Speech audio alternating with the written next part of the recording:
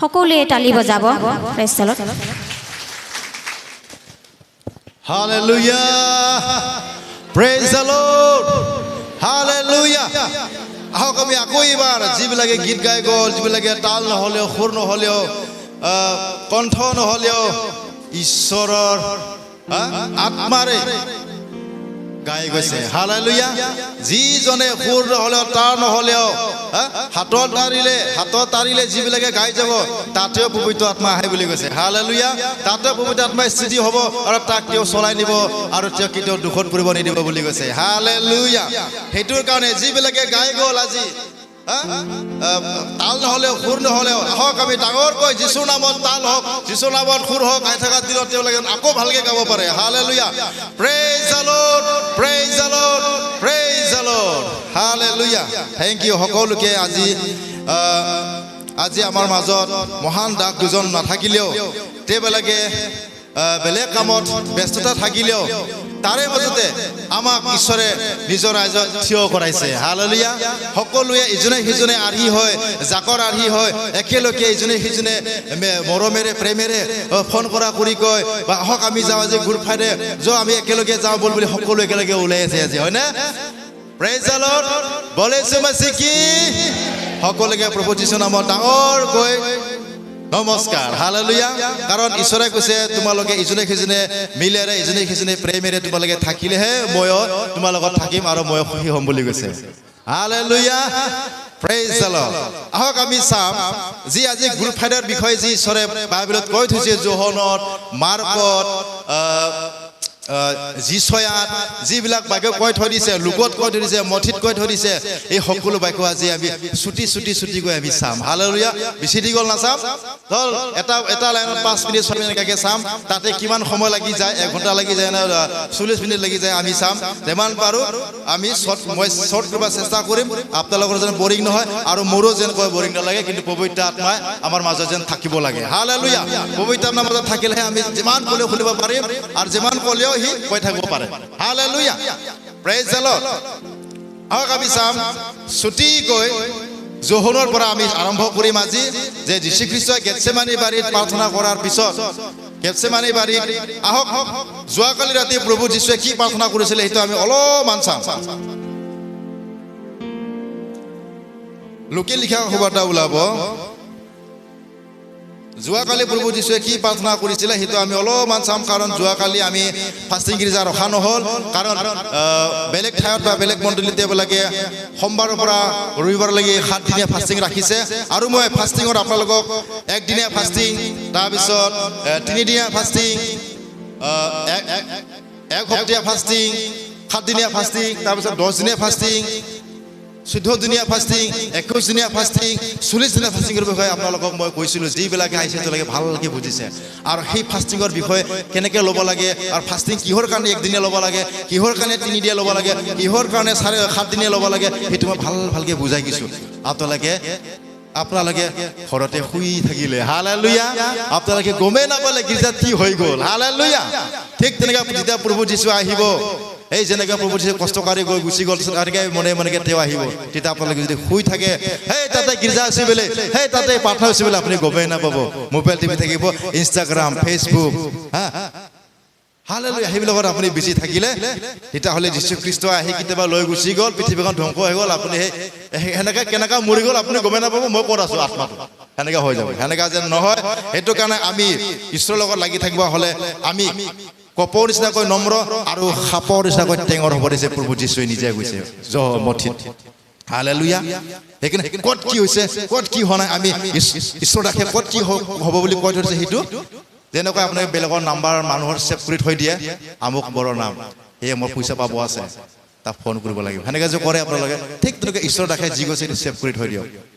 কেলেণ্ডাৰত লিখি দিয়ক, মোবাইলত লিখি থৈ দিয়ক, বাইবেলত লিখি থৈ দিয়ক, লগে আপুনি অহা যোৱা দৰ্জাৰত নটিছ বৰ্ড ৰাখি দিয়ক। স্কুলৰ নিচিনাকৈ কলেজৰ ডাঙৰ ৰাখিব নালাগে, সৰুকৈ এটা বৰ্ড দেখা দেখুৱাই এটা নটিছ বৰ্ড ৰাখি গীৰ্জাত কি আছে কি নাই তো ৰাখি থৈ দিয়ক। হালেলুয়া। Praise the lord. আহক আমি চাম লোকৰ লিখা সুবাৰ্তা। যোৱাকালি প্ৰভু যীশুৱে আমাৰ কাৰণে কি প্ৰাৰ্থনা কৰিছিলে সেইটো আমি চাম দেই। মই ফাষ্টিঙত বহুত ভাল ভাল বাক্য কৈ গৈছোঁ, বহুত ছাবজেক্ট লৈ কৈ গৈছোঁ আপোনালোকক, মন্দিৰৰ বিষয়, সজাগতাৰ বিষয়, জাগি থকাৰ বিষয়, ফাষ্টিঙৰ বিষয়, আৰু কেইজনমান তোৰ যেনেকুৱা কেইজনমান কি বুলি কৈছে, কেইজনমান বিশ্বাসঘাতক শিক্ষিতৰ দৃষ্টান্ত, সেইবিলাক মই আপোনালোকক ছাবজেক্ট হিচাপে কৈ গৈছোঁ। সেইবিলাক যদি আপুনি নোট কৰি ৰাখিছে বা মোবাইলত ছেভ কৰি ৰাখিছে, আপোনালোকে আনক কেতিয়াবা ক'ব পাৰিব। Hallelujah, praise the lord. আহক আমি চাম গেপছেমানি বাহিৰত লুকাই লিখা সুবাৰ্তা। আমি লাহে লাহেকে যাম, আৰামত যাম, কত নাযাওঁ। আমি ঈশ্বৰৰ বাকতে, ঈশ্বৰ গৃহতে আছো, ঈশ্বৰৰ বাকতে লাগি থাকিম। লাহে লাহেকৈ যাম। কাৰোবাৰ যদি পানী পেলাগে পানী খাব, কাৰোবাৰ যদি বাহিৰত যাব ইচ্ছা গৈছে তেওঁ লাহেকৈ যাব, যেন কাৰো ডিষ্টাৰ্ব নহয় শুনোতে, যেন তেওঁ মনত থাকে আৰু মৃত্যু পৰ্যন্ত যেন বাক্যবিলাক মনত থাকে আমাৰ। Hallelujah, praise the lord. লোকে লিখা সুবাৰ্তা 22 অধ্যায়ৰ 39 পৰা 40 পদলৈকে পঢ়িম একেলগে দেই। আপোনালোকে শুনি যাব, মই পঢ়ি যাম। পাছে তেওঁ বাহিৰলৈ ওলাই তেওঁৰ নিয়মৰ দৰে জেতুন পৰ্বতত গ'ল। অৰ্থাৎ প্ৰভু যীশুৱে মানে সেই জেতুন পৰ্বতত যেতিয়া প্ৰাৰ্থনা কৰে, সেই এদিনীয়াকে নাযায়, এদিনীয়াকে মানে সি গৈ নাথাকে, সি মানে সদায় গৈ থাকে বুলি কৈছে দেই বাইবেলত। চাওক, পাছে তেওঁ বাহিৰলৈ ওলাই তেওঁৰ নিয়মৰ দৰে জেতুন পৰ্বতলৈ গ'ল। নিয়মৰ দৰে তেওঁ মানে সদায় যায় দেই।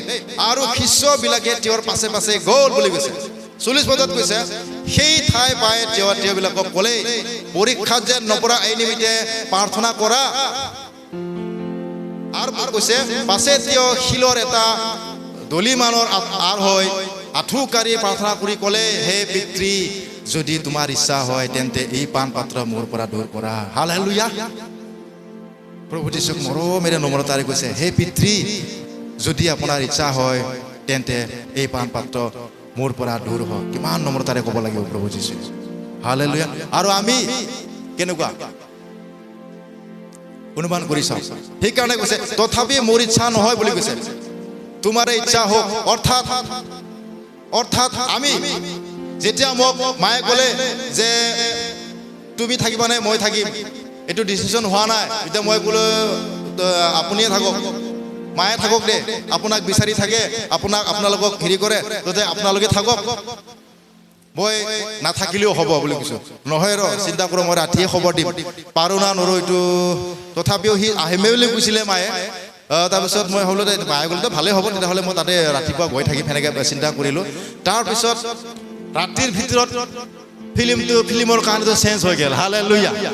ৰাতিৰ ভিতৰত ফিল্মটো বেলেগ হৈ গ'ল। তাৰপিছত যিমান যি হ'লেও নিজৰ হাজবেণ্ড অৰ্থাৎ পত্নী ভাৰজাই থাকিলে ভাল পায়, হয় নে নহয়? যিমান যি হ'লেও কষ্ট, যেতিয়া নেকি মোৰ দেউতাই যেতিয়া হস্পিটেলৰ পৰা ওলাই আনিলে, যেতিয়া তেওঁ মই দেখিলোঁ, মোৰ মানে মনটো একদম ভাঙি গ'ল, একদম কিমান চৰ লাগি গ'ল। মোৰ মানে যিমানখিনি শক্তি লৈ গৈছিলোঁ সেইখিনি শক্তি সদায় নাইকিয়া হোৱা যেন লাগি গ'ল। তাৰপিছত মই চিন্তা কৰিলোঁ, ইমান কষ্ট খাইছে, মানে মোৰ একদম কিবাৰ দৰে লাগি গ'ল। তাৰপিছত মই চিন্তা কৰিলোঁ, কিমান বা দুখ পাইছে। মই চিন্তা কৰিছোঁ, এতিয়া মোৰ হ'লে মইহে বুজি পালোঁ হয়। ইফালে প্ৰব্লেম, সিফালে প্ৰব্লেম, আৰু ইফালে ডায়েবেটিছৰ প্ৰব্লেম, প্ৰেছাৰ প্ৰব্লেম, ইফালে ল' প্ৰেছাৰ হ'ব লাগে, কিমান বাৰ লঘোণ থাকিছে, কিমান বাৰ শাস্তি খাইছে। মই বহুত দিনৰ পৰা চিন্তা, 3 সপ্তাহৰ পৰা শাস্তি খাই আছে। তাতে ডক্টৰে একো খাব নিদিয়ে, কাৰণ নৰ্মেল নহ'লে অপাৰেশ্যন নকৰে। তাৰপাছত মই চিন্তা কৰিলোঁ, লৈ আহিছে, লৈ আহোঁতে সি মানে এনেকুৱা ধৰণৰ আছে, মই বুজি পাইছোঁ, মই গম পাইছোঁ তেওঁ কি আত্মাত বা কি মচনত তেওঁ আছে। তেওঁ এনেকুৱা আছে, মই ভাবিছোঁ, মোৰ মনত এনেকুৱা কৈছে, যি হয় হ'ব, আছোঁ আৰু কৰিব লাগে মই কৰি দিছোঁ, পিছত যি হয় দেখা যাব, সেনেকুৱা বুলি তেওঁ কৈ আছে। ইমান বিগ হ'লেও সি আছে, মই সেইখিনি বুজি পাইছোঁ। Hallelujah, praise the lord. মানুহৰ অন্তৰৰ দুখ আমি বুজি পাব লাগিব। প্ৰভু যীশুৱে যিটো কৈছিল আমি সেইটো বুজি পাব লাগিব। হালেলুয়া। তেতিয়া মই মাক ক'লো, এই ওলাইছে, অতিথিৰ পৰা ওলাই আনিছে,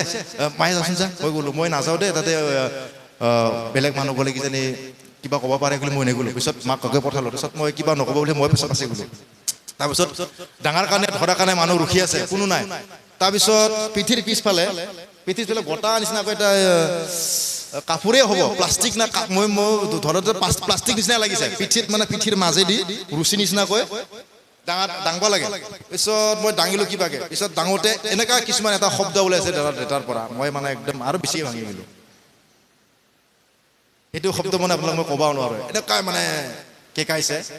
মানে মোৰ একদম মানে মন ভাঙি গ'ল তাৰমানে তেতিয়াই তাৰপিছত মই ভাবিলোঁ যি হ'ব ঈশ্বৰৰ হাততে হ'ব তথাপিও মই কণ্ট্ৰল কৰিলোঁ আচ্ছা দিলোঁ লাৰিলোঁ ভৰিকেইটা লাৰি চলি ঠাণ্ডা হৈ আছে একদম পূৰা ইচি চলাইছিল নেকি ইচি চলাইকে কামবিলাক কৰে সিহঁতে তাত আৰু এইফালে এনে মানুহটো একো খোৱা নাই 3 সপ্তাহৰ পৰা বহুত কম কৰি খাই আছে ভাবছি একেবাৰে কামটো কৰি যাম আকৌ কিবা খাই দিলে আকৌ প্ৰেছাৰটো উঠি যাব আকৌ ইউৰিক হৈ যাব অলপ খালে তাৰ প্ৰেছাৰটো হৈ ইউৰিক হৈ যায় সেইটোৰ কাৰণে অলৰেডি মানে ভিটামিন থকা মানুহ অলপ খালে ভিটামিনটো তাৰ বেছি হৈ যায় সেইটোৰ কাৰণে মই চিন্তা কৰিলোঁ ধৰিলোঁ তেওঁলোকে ধৰোঁতে যি কেকাইছে সেইটো কেকাত মানে মই একদম মাথা বেয়া হৈ গ'ল তাৰপিছত মই আকৌ সিহঁতৰ লগতে আহিলোঁ পিছে আহিলোঁ মায়াকো লগত মই অলপ মোৰ মাতটো অলপ শুনাই আছোঁ মাৰ মাতটো অলপ মাত দিবৰ কাৰণে শুনাই আছোঁ তথাপিও শুনা পাই আছে তথাপিও মানে আকৌ তাতে গৈ আকৌ আৰু সিটো বিচনাত দাংব লাগে এতিয়া আৰু দাংব লাগিব আকৌ কেকাব এতিয়া তাৰপিছত মই চিন্তা কৰিলোঁ মই ধৰাটো মানে ভাল খুব পোৱা নাই বেলেগ হস্পিটেলৰ লগত মানে অলপ বহলকৈ দিয়ে ধৰাৰ কাৰণে তাতে একদম গোটাকৈ দিছে এই চৰকাৰী মেডিকেল যে মানে তোৰ কোনো মৰম দয়া নাই তাৰমানে মই ভাবিছোঁ একদম মোৰ মানে কি ক'ম পলিঅ' পাব বেয়া পিছত চিকিৎসা নকৰোঁ বেলেগ মেডিকেল খেদাই দিব সেইটো কাৰণে মই একো কোৱা নাই তাৰপিছত মই ধৰিলোঁ তুমি বিচনাৰ ওপৰত উঠা কৈছা মই বিচনাৰ ওপৰত উঠিলোঁ চেণ্ডেল খুলিকে পিছত ক'লোঁ তলত বেলেগ কাপোৰ নাপালি নাই এতিয়া পালি নাই বেলেগ কাপোৰ নাই আৰু ডাঙৰ সুবিধা হয় এনেকৈ বান্ধে হ'লে কৈছোঁ ঠিকে আছে তাৰপিছত ডাঙলোঁ পিছত মানে কিবা ক'ব খুজিছিল নেকি পিছত একো নক'লে মনত থাকিল পিছত গাবিলাক টাইট কৰিছে নেকি আকৌ দাঙিলোঁ বিচনাৰ ওপৰত উঠি এনেকৈ একদম দাঙিকে একদম যি শব্দ ওলাইছে মই মানে আকৌ মানে মোৰ কিবা ধান লাগি গ'ল তাৰপিছত উঠাকে থলোঁ আৰু হিলাও নাই আৰু মই আকৌ অলপ আনব লাগিছিল বিচনা ফালে অলপমান সিফালে বেছিকৈ গৈছে তাৰপিছত মই থাক দে সেনেকুৱা পিছত যেনেকৈ আছে সেনেকৈ থাকক পিছত কিবা কিবি হ'লে কিবা কৰিব বুলিকে তাতে ৰাখি দিলোঁ সেনেকুৱা অৱস্থা তাৰপিছত মায়ে ক'লে যে কণ্ডিশ্যনটোচোন বহুত বেয়া হ'ব ৰাতি লাগি মইতো যাম বুলি কৈছোঁ তাতে বা যাব পাৰিম না নোৱাৰিম চাওঁ কি হয় এহঁতকতো মহিলাকেইটাকতো আহিমে বুলি কৈছিলে তথাপিও মানে ৰাতি মোক 11টা বজাত ফোন কৰিছে মই টোপনি গৈছোঁ যেতিয়া মায়ে যেতিয়া আহিব মই ইমান ষ্টাডি নকৰিলেও হ'ব তেতিয়া অলপ মইতো ৱৰ্কশ্বপ কৰিম কিবা কৰিম অলপ ল'ৰাকেইটাৰ লগত ৱৰ্কশ্বপত থাকি দিম সেনেকুৱাই কিবাকৈ চলালে যাম বুলিকে মই সেনেকৈ থাকিলোঁ ৰাতিকে ফোন কৰিলে যে মই নাযাওঁ দেই তইহে চলাব লাগিব অলপ চাই ল'বা বুলি ক'লে চাই ল'বা বুলি কোৱা নাই ডাইৰেক্ট মোক কৈছে মই যাব নোৱাৰিম এনেকৈ ডাইৰেক্ট কৈছে মই যাব নোৱাৰিম বাকীখিনি একো কোৱা নাই বিশ্বাস আছে যে তেওঁ ভালদৰে চলাব হালেলুয়া প্ৰেইজ দ্য লৰ্ড ইমানখিনি কনফিডেন্স আছে ইমানখিনি বিশ্বাস আছে যে সি মোৰ ল'ৰা বা ঈশ্বৰৰ সন্তান তেওঁ নিশ্চয় ঈশ্বৰৰ কামটো তেওঁ ভালে কৰি যাব বুলি বিশ্বাস কৰিছে একো কোৱা নাই যে বাইবেল পঢ়া ষ্টাডি কৰা কালি কি কাৰণে চাবি সেইটো অলপমান প্ৰিপেয়াৰ কৰি যা সেনেকৈ কোৱা নাই কালি মই যাব নোৱাৰোঁ দেউতাৰ লগত থাকিব লাগিব বুলিকে কাটি দিলে সেইখিনিয়ে কৈছে হালেলুয়া প্ৰেইজ দ্য লৰ্ড সেইটো বিশ্বাস আমাৰ হ'ব লাগিব আপোনাক যদি প্ৰভু যীশুৱে কেতিয়াবা বা নিজৰ মাতৃয়ে বা পিতৃয়ে বা প্ৰভু যীশুৱে হওক বা কিবা এটা ভাৰ দিছে আপুনি কনফিডেন্সত থাকিব লাগিব আৰু আপুনি বিশ্বাসত থাকিব লাগিব যে আপুনি সেইটো কামটো সঠিকভাৱে আপুনি কৰি যাব পাৰে আৰু কৰিব পাৰে বুলি আপুনি বিশ্বাস দিব লাগিব হালেলুয়া তো সেই আপোনাক বিশ্বাস কৰিব সেই ঈশ্বৰে আপোনাক ভাৰী ডাঙৰ কামবিলাক আপোনাক দিব আপুনি যদি সৰু কামতে যদি আপুনি বিশ্বাসী নহয় তেনেকৈ ডাঙৰ কামত আপুনি কেনেকৈ বিশ্বাসী হ'ব হালেলুয়া সৰু কামত যদি আপুনি বিশ্বাসী নহয় ডাঙৰ মহৎ ঈশ্বৰৰ কাম কৰিব লগা আছে সেইবিলাকত যদি আপোনাৰ ভুল হয় সেইবিলাকত যদি সৰুকৈ যদি কাম আৰু ডাঙৰ কামত আপুনি কেনেকৈ আপোনাক বিশ্বাস কৰিব সেইটোৰ কাৰণে তোমালোকে মোৰ বিশ্বাসী হোৱা তোমালোকে মোৰ বিশ্বাসী পুত্ৰ হোৱা তোমালোকে বিশ্বাসী দাসী হোৱা বিশ্বাসী সন্তান হোৱা বুলি কৈছে হালেলুয়া আমি চাম আকৌ যোহনৰ এইটো লোকৰ 20 টপিকটো বেলেগ ফালে গুচি গৈছে আকৌ পইণ্টত আহি গৈছোঁ 22 অধ্যায়ত পাছত কৈছে হে পিতৃ যদি তোমাৰ ইচ্ছা হয় তেন্তে মোৰ পান পাত্ৰ মোৰ পৰা দূৰ কৰা তথাপি মোৰ ইচ্ছা নহয় তোমাৰ ইচ্ছা সিদ্ধ হওক বুলি কৈছে কিমানখিনি আজ্ঞাকাৰী হৈছে প্ৰভু যীশুৱে আমি সিমানখিনি হবাই যাওঁ নাই বেলেগতো বেলেগ বাদে দিয়ে বেলেগৰ কথা অফিচৰ কথাটো আমি কথা নামানোৱে নিজৰ মাতৃ পিতৃৰ কথা নুশুনো আৰু ঈশ্বৰৰ ডাকত আমি কি শুনিম সেইবিলাক আহি পৰে দেই আকৌ তেতিয়া স্বৰ্গৰ পৰা এজন দূতে তেওঁক দেখা দি শান্তি দান কৰিলে চাওক পাছে তেওঁ অতি যাতনা পায় আশীৰ্বাদ দান কৰাৰ পিছতে তেওঁ অতি যাতনা পায় আৰু বৰকৈ প্ৰাৰ্থনা কৰিব ধৰিলে প্ৰভু যীশুৱে আৰু গোট বান্ধি মাটিলৈ বৈ যোৱাত তেজৰ নিচিনাকৈ তেওঁৰ ঘাম তেজ হৈ গ'ল অৰ্থাৎ কি কৈছে গোট বান্ধি মাটি লৈ বৈ গৈছে তেওঁৰ খামপানীটো, কিন্তু সেইটো কি হৈ গৈছে? তেজময় হৈ গ'ল বুলি কৈছে। কিমানখিনি ক্লেশ মানে প্ৰভু যীশুৱে খহিব আৰু কিমানখিনি কোব খাব, কিমানখিনি বিষাব, কিমান বিষ বেদনা হ'ব, সেইটো সেইখিনি সময়তে অনুভৱ কৰিছে। সেইখিনি যোৱাই নাই, সেইখিনিতে অনুভৱ কৰিছে প্ৰাৰ্থনা কৰোঁতে। হালেলুয়া। আকৌ চাওঁ 45 পাছে তেওঁ প্ৰাৰ্থনা কৰি উঠি শিষ্যবিলাকৰ ওচৰলৈ আহি তেওঁবিলাকক সুখতে টোপনি যোৱা দেখি ক'লে, কি ক'লে চাওঁ, টোপনি থকা ক'লে,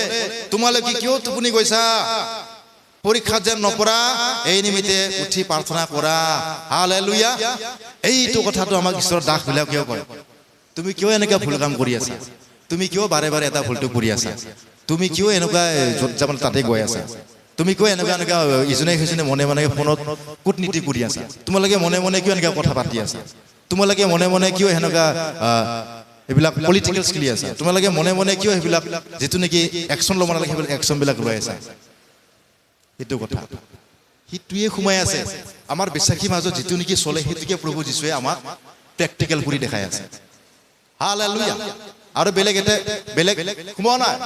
বেলেগ কাহানী নাই ইয়াতে। আমাৰ জীৱনত যিটো আমাৰ বিশ্বাসীবিলাকত যিটো কাহানী হ'ব, যিটো নেকি হ'ব, সেইটোকে আহি দেখাবৰ কাৰণে, পিছত বুজাবৰ কাৰণে ঈশ্বৰে কাহানী ক্ৰিয়েট কৰি আছে। অৰ্থাৎ সেইটো পিতৃ ঈশ্বৰে কৈছে যে তুমি সেইটো কাহানী ক্ৰিয়েট কৰিব লাগিব, সেইটো ষ্টৰি বনাব লাগিব, তেহে পৃথিৱীৰ মানুহবিলাকক আমি লাইনত আনিব পাৰিম। তথাপিও লাইনত নাহে মানুহে। হালেলুয়া। তথাপিও অবজন হৈ থাকে, তথাপিও ঈশ্বৰৰ দাসে হওক, আনে হওক, কি হওক, বুজিবলৈ নোৱাৰে। আৰু যি বুজিব, যেতিয়ালৈকে বুজিব হ'ব, জানো হ'ব, ভালকে বুজিব হ'ব, তেতিয়া ফটকে কিবা ফোন আহি যাব, ফটকে কিবা এটা কাম এটা সকাম ওলাই যাব, ফটকে কিবা এটা মনতে কিবা এটা ভাবিকে ফটকে ওলাই যাব। তেতিয়াহ'লে তেওঁৰ জীৱনত যিটো নেকি বাক্য থাকিব লাগিছিল সেইটো তেওঁৰ জীৱনত নাথাকা হৈ যায়। আৰু তাৰপিছত কি হৈ যায়? সি জীৱনটো খালী হৈ যায়। যেতিয়া নেকি এমটি হ'ব, তেতিয়া তাতে শয়তানে এন্ট্ৰি হ'ব। হালেলুয়া। সেইটোৰ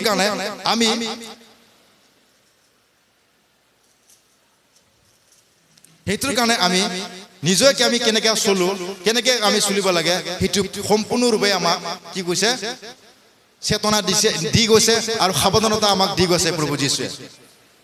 নিজৰ কেৰেক্টাৰৰ দ্বাৰা। হালেলুয়া। Praise the lord. আহক আমি চাম আকৌ তেওঁৰ মেইন পইণ্টত আমি আহিম যে যীশু খ্ৰীষ্টই আমাৰ কাৰণে ক'ত কেনেকৈ চৰ খালে, ক'ত কেনেকৈ থু খালে, ক'ত কেনেকৈ ঘপিয়াই খালে, ক'ত কেনেকৈ কাৰ নিমত কি কথাত কি ভৱিষ্যবাণী সম্পূৰ্ণ কৰিলে, কি কেনেকৈ কি সম্পূৰ্ণ ঈশ্বৰৰ মচি লিখা পুস্তকৰ দ্বাৰা, গীতমালাত দিয়া ভৱিষ্যবাণীৰ দ্বাৰা তেওঁ সেই সুদ বিচাৰৰ সময়ত, তাতে পিলাতৰ সময়ত মাৰ খাই কি সম্পূৰ্ণ কি বাক্য তেওঁ সম্পূৰ্ণ কৰি গৈ আছিল, আমি সেইটো চাম। আৰু সেই বাক্য, সেই সম্পূৰ্ণ বাক্যবিলাক আমাৰ বিশ্বাসীবিলাকৰ মাজত কি কথা কৈছে, সেই বাক্যবিলাক আমাৰ জীৱনত কি কথা কৈছে, সেই বাক্যবিলাক আমাৰ বিশ্বাসী দাসবিলাকৰ জীৱনত কি কথা কৈছে, আমাৰ বিশ্বাসীবিলাকৰ জীৱনত পুৰেবিলাকত সেইবিলাক বাক্যবিলাক আমাক কি আঙুলি আছে, সেইবিলাক আমি চাম। হালেলুয়া। Praise the lord. চাওক আমি চাম যোহনৰ 18 অধ্যায়ৰ পৰা আমি চাম একেলগে। যোহনৰ 18 অধ্যায় 19 পৰা 24 পদলৈকে আমি চাম একেলগে।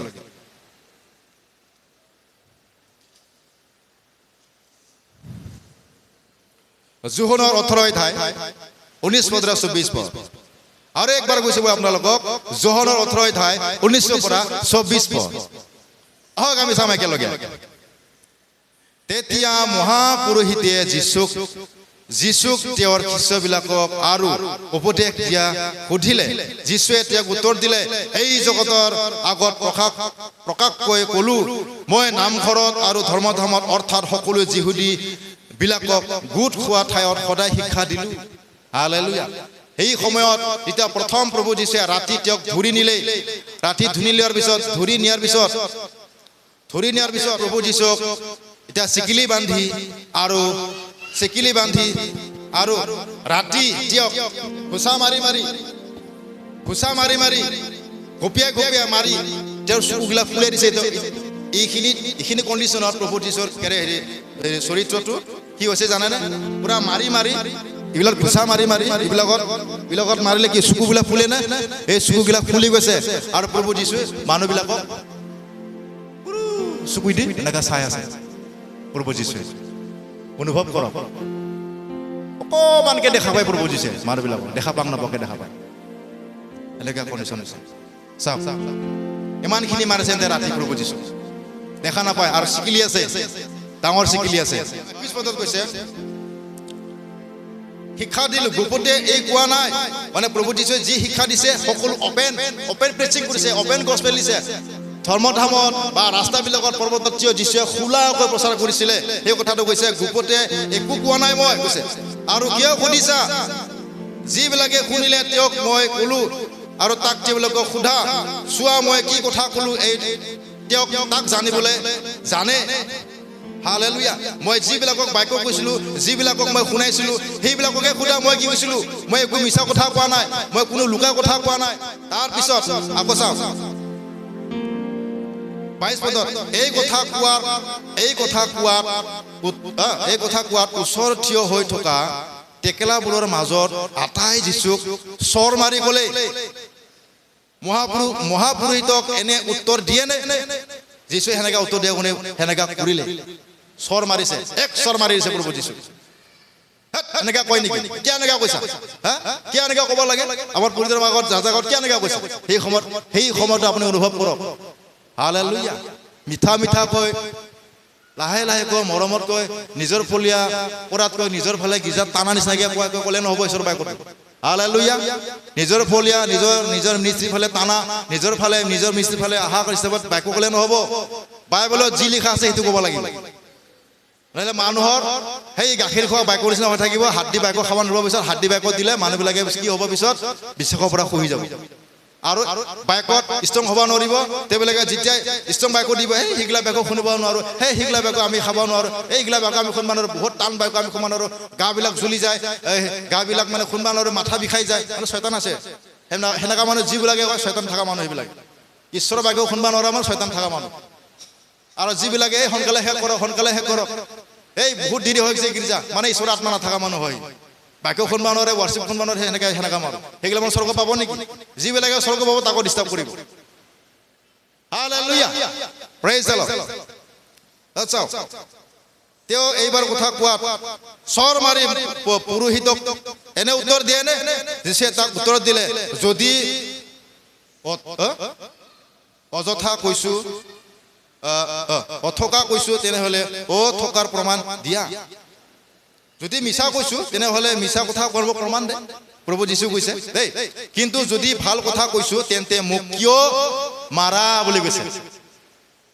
আনকমফৰ্টেবল হৈছে প্ৰভু যীশুৱে এডজাষ্ট কৰিব পৰা নাই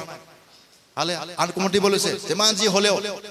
হালেলুয়া তেওঁ ভুল কৰা নাই তেওঁ নিজেও জানে তেওঁ ভুল কৰা নাই কিন্তু তেওঁ কি কৈছে তেওঁ সেইবিলাক সিদ্ধ কৰিবৰ কাৰণে গৈ আছে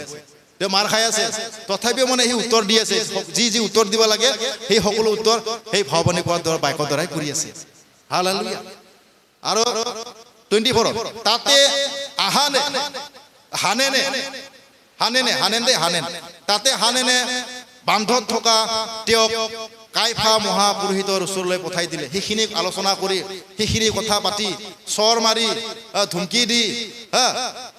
সেনেকা কৰি প্ৰভু যীশু কাইফা ৰজালৈ এই নহওক কি কৈছে হানুন ৰজাই কাইফা ওচৰলৈ পঠাই দিছে বুলি কৈছে তেতিয়া সি একো দেখাই নাপায় কিবাকে তাক টানি যোনফালে টানি লৈ যায় সেইবিলাকে টানি লৈ যায় এনেকৈ লৈ প্ৰভু যীশু সেই অৱস্থা হৈছে আপুনি ধেমালি ভাবে ঈশ্বৰৰ বাক্য ধেমালি ভাবে ঈশ্বৰৰ গীৰ্জাত আহিবৰ কাৰণে আপুনি আলচি কৰে ঈশ্বৰৰ গীৰ্জাত আহিবৰ কাৰণে আপুনি নিজকে একদম মানে বহুত ডাঙৰ ব্যক্তি বহুত ডাঙৰ লিডাৰ মই একদম ধীৰেকে যাম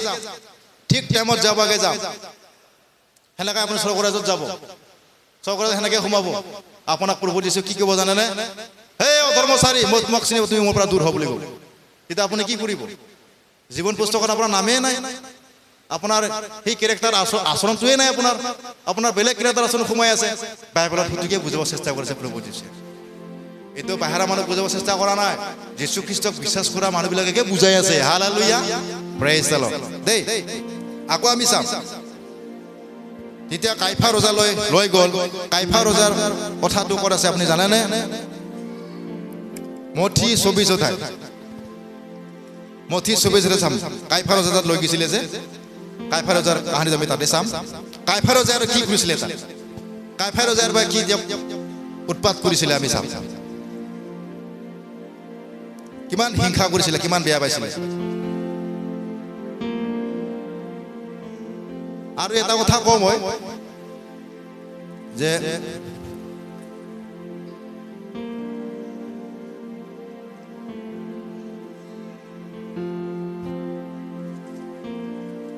যোহনৰ 18 অধ্যায়ত আমাক যি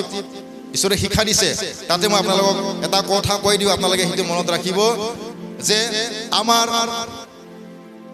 যীশু খ্ৰীষ্টৰ শৰীৰটো কি জানেনে ঈশ্বৰৰ মণ্ডলী হয় আপুনি মনত ৰাখি থব পিছত ভালকে বুজি পাব আপুনি যীশু খ্ৰীষ্টৰ শৰীৰটো বডিটো আপোনালোকে হয় এই মণ্ডলীটো পৃথিৱীত যিমান মণ্ডলী আছে যীশু খ্ৰীষ্টৰ বডি অফ ক্ৰাইষ্ট বুলি কৈছে বডি অফ ক্ৰাইষ্ট যিমান মণ্ডলী আছে অৰ্থাৎ আমি গোটেই যিমান আছো সেই সকলোৱে যীশু খ্ৰীষ্টৰ শৰীৰ বুলি কৈছে দেই আৰু প্ৰভু যীশুৱে মোৰ বুলি কৈছে প্ৰভু যীশুৱে মোৰ মানে ঈশ্বৰৰ দাস আৰু ঈশ্বৰৰ শৰীৰ প্ৰভু যীশুৱে মোৰ আৰু শৰীৰটো বিশ্বাসী বুলি কৈছে মোৰটো কোন ঈশ্বৰৰ দাস আৰু শৰীৰটো মোৰটো ঈশ্বৰৰ দাস আৰু শৰীৰটো বিশ্বাসী বুলি কৈছে হালেলুয়া এইটো আপুনি মনত ৰাখিব মোৰটো হ'ল প্ৰভু যীশু আৰু বডিটো হ'ল বিশ্বাসী অৰ্থাৎ ঈশ্বৰৰ দাস আৰু বিশ্বাসী মনত ৰাখিব আমি চাম মথিৰ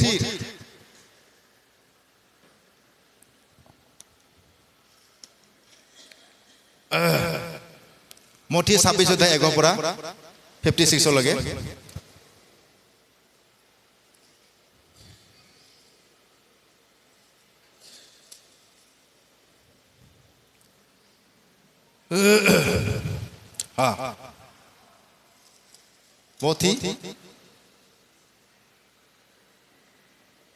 মথি 26 অধ্যায়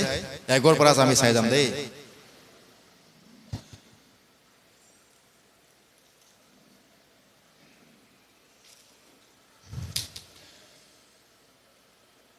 এগৰ নহয় 47 পৰা আমি চাই যাম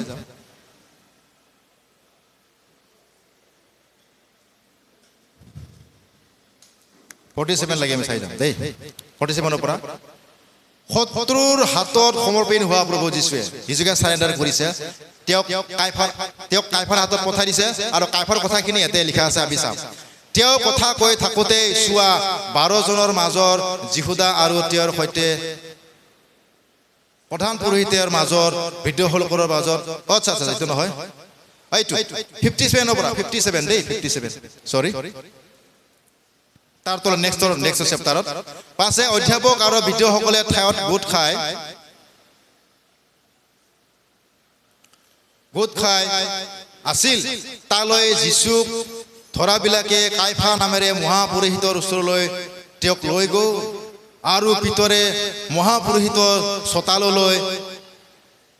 আঁতৰে তেওঁৰ পাছে গৈছিল পিতৰে সেইবিলাক দেখা পাই আছিল কিমান যে তেওঁক আলানি কৰি আছিল কিমান যে তেওঁক মাৰিছিল ঘুচা মাৰিছিল থু পেলাইছিল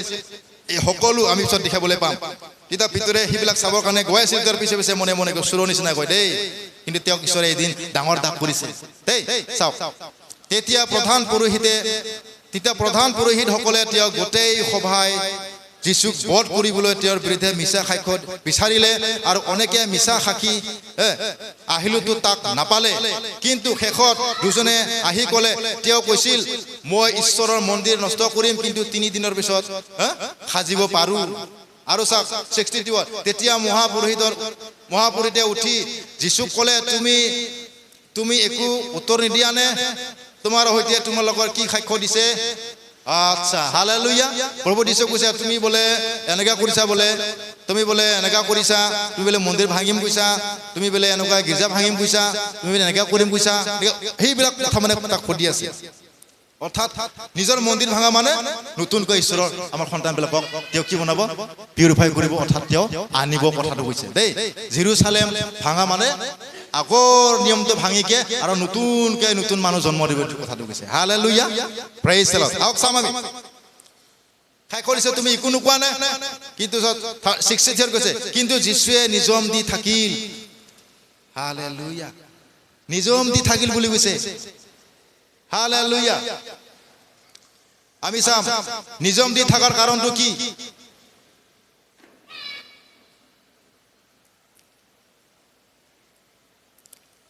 আমি চাম যিচয়া ভগবাদী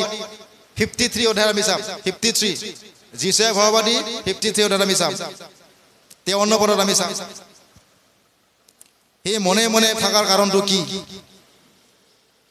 কিয় মনে মনে থাকিলে এইখিনি উত্তৰ কৰোঁতে তাতে ঈশ্বৰে তাতে এটা বাক্য সম্পূৰ্ণ কৰিছে সেই বাক্যতে কি সম্পূৰ্ণ কৰিছে মনে মনে থাকি যে মন্দিৰ ভাঙিম আৰু তুমি মন্দিৰ ভাঙি তিনিজন সাজিব কৈছা বোলে সেই কথা তুমি সঁচাই কৈছা নে তুমি কিয় উত্তৰ নিদিয়া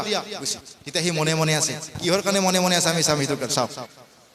যিশুৱে 53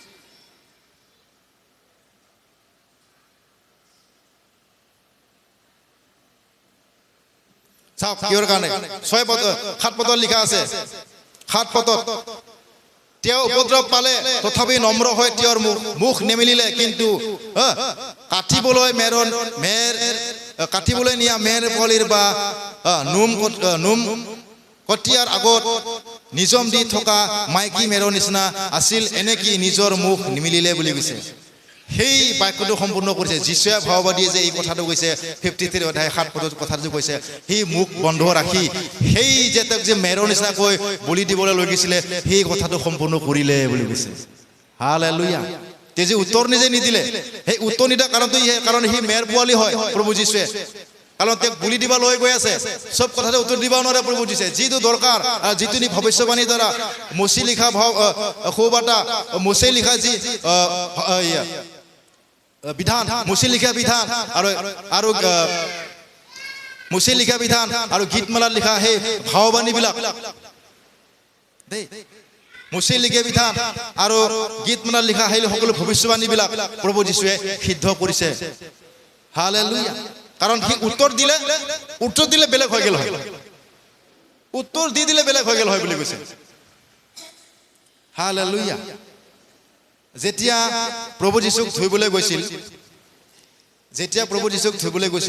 সেই ধৰিব যাওঁতে এজন মানুহে তাক ধৰিব আহোঁতে কৈছে এই কি কয় স্কুটি যেতিয়া ধৰিব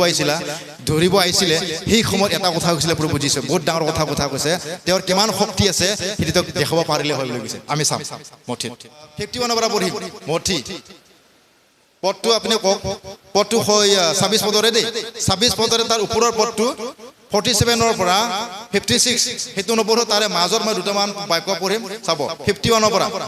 তাতে চোৱা যিশুৰ লগত এজন হাত মেলি নিজৰ তৰোৱাল উলিয়াই মহাপুৰোহিতৰ দাগ আঘাত কৰি তাৰ কাণ এখন কাটি পেলালে তেতিয়া যিশুৱে তেওঁক ক'লে তোমাৰ তৰোৱাল পুনৰাই তাত থোৱা কিয়নো যিবোৰ তৰোৱাল ধৰে সেই তৰোৱালৰ দ্বাৰাই বিনষ্ট হ'ব হালেলুয়া আপুনি যদি মূৰ্খামি কাম কৰে আমি মূৰ্খামিৰ দ্বাৰাই মৰিব আপুনি যদি কাকবা বেয়া কূটনীতি কৰি আছে আপুনি কূটনীতি কৰিয়ে মৰিব বুলি কৈছে হালেলুয়া সেইবিলাক বাক্য সব আমাৰ তাত লাগি যায় হালেলুয়া তাৰপিছত চাম আকৌ 53 নতুবা মোৰ পিতৃয়ে যিহতে এতিয়াই মোলৈ 12 বাহিনীকে অধিক স্বৰ্গদূত পঠাই দিব এনে মই নিবেদন কৰিব নোৱাৰো বুলি ভাবিছা নেকি বুলি কৈছে চাওক তেওঁবিলাকে যে প্ৰভু যীশুক ধৰিবলৈ আছে ভিতৰে যে তেওঁ কাণ কাটি দিলে তাৰপিছত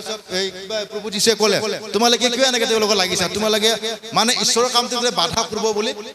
তেওঁ সেইবিলাক কাম কৰি আছে শয়তানে মানে ভিতৰে তেওঁক ব্যৱহাৰ কৰিব খুজিছে যে সেই কাম যীশুখ্ৰীষ্টই যিটো ভৱিষ্যবাণী কাম তেওঁ যি লৈ আহিছে কৰিবৰ কাৰণে সেইটো ডিষ্টাৰ্ব দিয়া নিচিনা কৰিছে তাৰ ভিতৰে সেইটোৰ কাৰণে প্ৰভু যীশু কৈছে মই কি নোৱাৰো নেকি যে সিহঁতক মই মাৰি পেলাব নোৱাৰো সিহঁতক মই কাম কৰিব সিহঁতক ইয়াৰ পৰা নাইকিয়া কৰিব নোৱাৰো মোৰ সেইখিনি শক্তি আছে বুলি কৈছে কি কৈছে চাওক নতুবা মই পিতৃয়ে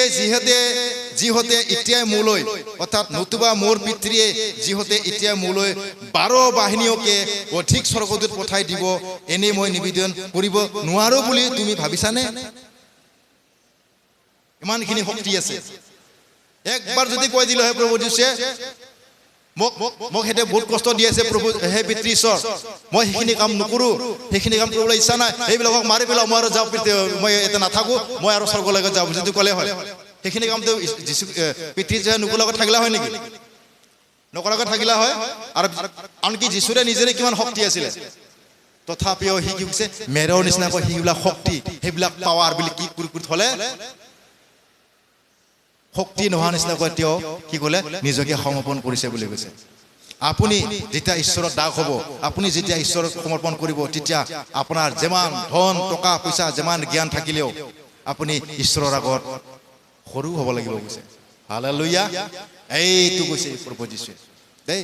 আপোনাৰ যিমান পাৱাৰ আছে কি পাৱাৰ আছে আপোনাৰ টকা আছে গাড়ী আছে বাংলা আছে আপোনাৰ ডিগ্ৰী আছে আপোনাৰ কি আছে সকলো যীশুৰ আগত একো নহয় সেইকাৰণে যীশু খ্ৰীষ্টই কৈছে যে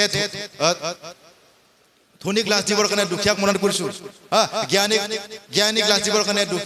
অজ্ঞানীক মনিত কৰিছোঁ আৰু ধনীক লাজ দিবৰ কাৰণে দুখীয়াক মনিত কৰিছোঁ বুলি কৈছে ঈশ্বৰৰ কামটো সদায় সেনেকুৱা তো আপুনি ঈশ্বৰৰ লগত যদি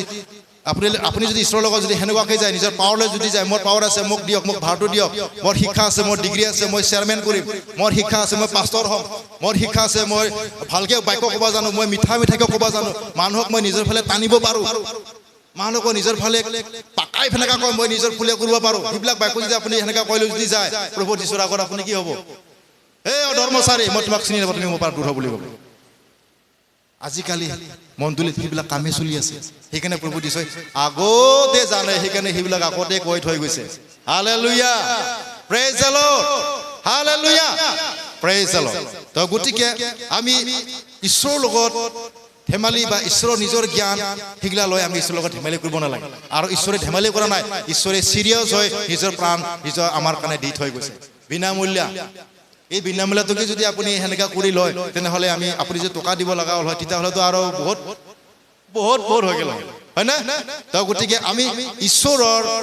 সেই মূল্যৱান বাক্যটো আমি বুজি পাব লাগিব আৰু সেই বাক্য মূল্যৱান বুজি পাবৰ কাৰণে আপুনি ঈশ্বৰৰ লগত কি ৰিলেশ্যনটো কি হ'ব লাগিব ফোন কৰাকৈ হ'ব লাগিব ঈশ্বৰৰ লগত হেল্ল' প্ৰভু যীশু হেল্ল' আপুনি কি কৰি আছে ভালে আছেনে মোক সহায় কৰক মই এনেকৈ যাব বিচাৰিছোঁ মই এনেকৈ আপুনি ঈশ্বৰৰ লগত ফোনে নকৰে আপুনি বেলেগক ফোন কৰে বেলেগ ফালে থাকে প্ৰভু যীশুক ফোন কৰাৰ টাইমত আপুনি ফোন নকৰে বেলেগত গুচি যায় যেতিয়া আপুনি প্ৰভু যীশুক কথা পাতিব লাগে কথা নাপাতে আপুনি বেলেগত কথা পাতি থাকে বেলেগত ব্যস্ত হৈ থাকে হালেলুয়া কিন্তু আকৌ চাওক 54 কিন্তু তাক ক'লে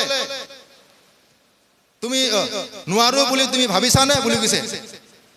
পিতৰক কৈছে আৰু তাৰ শিষ্যবিলাকক কৈছে হালেলুয়া নোৱাৰো বুলি মাতিবা নোৱাৰি 12 বাহিনীক মই মাতি দিব নোৱাৰো নেকি মোৰ 12 বাহিনী নাই নেকি স্বৰ্গৰ ৰাজ্যত হালেলুয়া চাওক 54 কিন্তু তাকে কৰিলে এইদৰে ঘটিব লাগে বুলি কোৱা শাস্ত্ৰ বচন কেনেকৈ সিদ্ধ হ'ব হালেলুয়া সিদ্ধ নহ'লে হয় সেনেকৈ যদি প্ৰভু যীশু ক'লে হয় তা বাহিনী মাতি দিলা হয় বা স্বৰ্গৰ দূতবিলাকক মাতি দিলা সেই সময়ত পিতৃ ঈশ্বৰৰ যিটো নেকি প্লান প্ৰভু যীশুক কৰিবলৈ পঠাই দিছে সেই প্লানবিলাক গোটেই ফেইল হৈ গ'ল হালেলুয়া আৰু আমি উদ্ধাৰ মুক্তি নাপালো হয় সেইটোৰ কাৰণে আহক আমি চাম মথিত চাম আকৌ 63 তাৰ নেক্সট পদটো আপোনালোকক সকীয়াই দিলোঁ যে প্ৰভু যীশুৱে কি কৰিব পাৰে তথাপিও মানে তেওঁ নিজম দি থাকি তেওঁ যে সেই বাক্য যে তেওঁ মেৰৰ নিচিনাকৈ তেওঁক নিয়া হৈছিল মেৰৰ দৰেকৈ যে কোৱা হৈছিল যীশুৱে ভাবি যে কৈছিল যে এদিন প্ৰভু যীশু জন্ম হ'ব তেওঁক মেৰৰ নিচিনাকৈ নিয়া হ'ব তেওঁ একো নক'ব তেওঁ এটা শব্দ নোলাব সেই কথাটো মনে থাকি সেই কথা ভৱিষ্যবাণীটো সিদ্ধ কৰিছিল বুলি কৈছে যে তুমি মন্দিৰ ভাঙি তিনি জীৱ আৰু বনাবা সেইটো বিশ্বাসীবিলাকক কৈছে আৰু 63 কিন্তু যীশুৱে নিজম দি থাকিল আৰু তাতে মহাপুৰুষে তেওঁ ক'লে তোমাৰ জীৱন মই ঈশ্বৰক শপত দিছোঁ তুমি ঈশ্বৰৰ পুত্ৰ খ্ৰীষ্ট হোৱা নে নোহোৱা বুলি কৈছে তেতিয়া যীশুৱে তেওঁ ক'লে তুমি স্বৰূপ ক'লা হালেলুয়া প্ৰেইজ দ্য লৰ্ড তুমি স্বৰূপ ক'লা তথাপি মই তোমাক কওঁ এতিয়া মোক এতিয়াৰ পৰা তোমালোকে মানুহৰ পুত্ৰক পৰাক্ৰমৰ সোঁহাতে বহি থকা আৰু আকাশৰ ওপৰত মেঘৰ অহা দেখিবা তেতিয়া মহাপুৰুষে নিজৰ কাপোৰ ফালি ক'লে এই ঈশ্বৰে নিন্দা কৰিলে বুলি কৈছে হালেলুয়া কি কৈছে মানুহৰ পুত্ৰক আকাশৰ ওপৰত আহি দেখা পাবা বুলি ক'লে আৰু তুমি নিজে মোক ঈশ্বৰ বুলি কোৱা বুলি কোনে তেওঁ একদম খঙতে তেওঁ উদ্ভ্ৰান্তিত হৈ তেওঁ কাপোৰ ফালি দিলে বুলি কৈছে হালেলুয়া কাপোৰ ফালি দিলে বুলি কৈছে কিয় ফালিলে কিহৰ কাৰণে ফালিলে যে তেওঁ বুলি ক'লে ঈশ্বৰৰ পুত্ৰ মানুহৰ পুত্ৰ ঈশ্বৰৰ পুত্ৰক ঈশ্বৰৰ সোঁহাতে বহি থকা দেখা পাবা বুলি কৈছে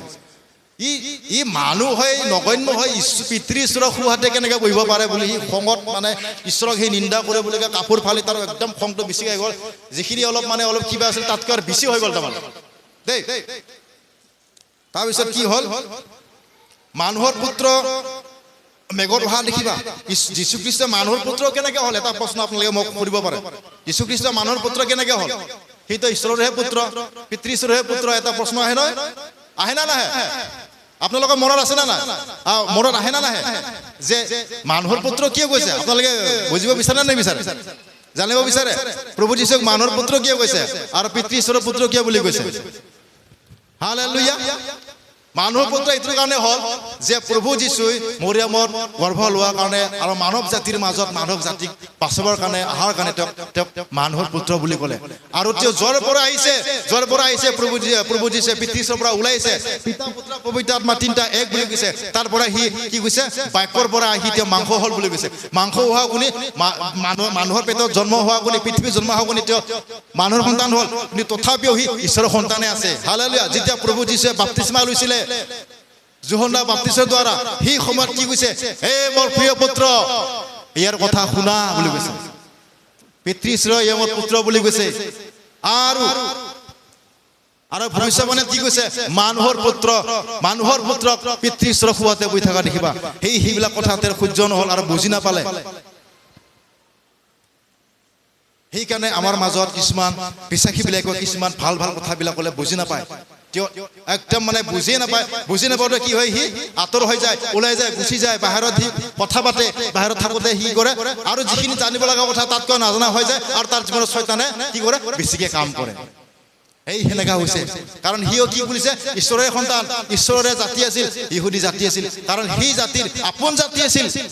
প্ৰভু যীশুৱে নিজৰ ভাই জাতি যেনেকৈ বড়ো জাতি সেনেকৈ সিহঁতৰ ইহুদী জাতি আছিল প্ৰভু যীশুৱে আহিছিল সিহঁতৰ কাৰণে কিন্তু আমি পৰিত্ৰাণ পালোঁ এতিয়া পাছত পাম আমি যে এতিয়া আহিছিল নিজৰ কাৰণে কিন্তু মোক আনহে আঁকোৱালি ল'লে বুলি কৈছে আৰু গোটেই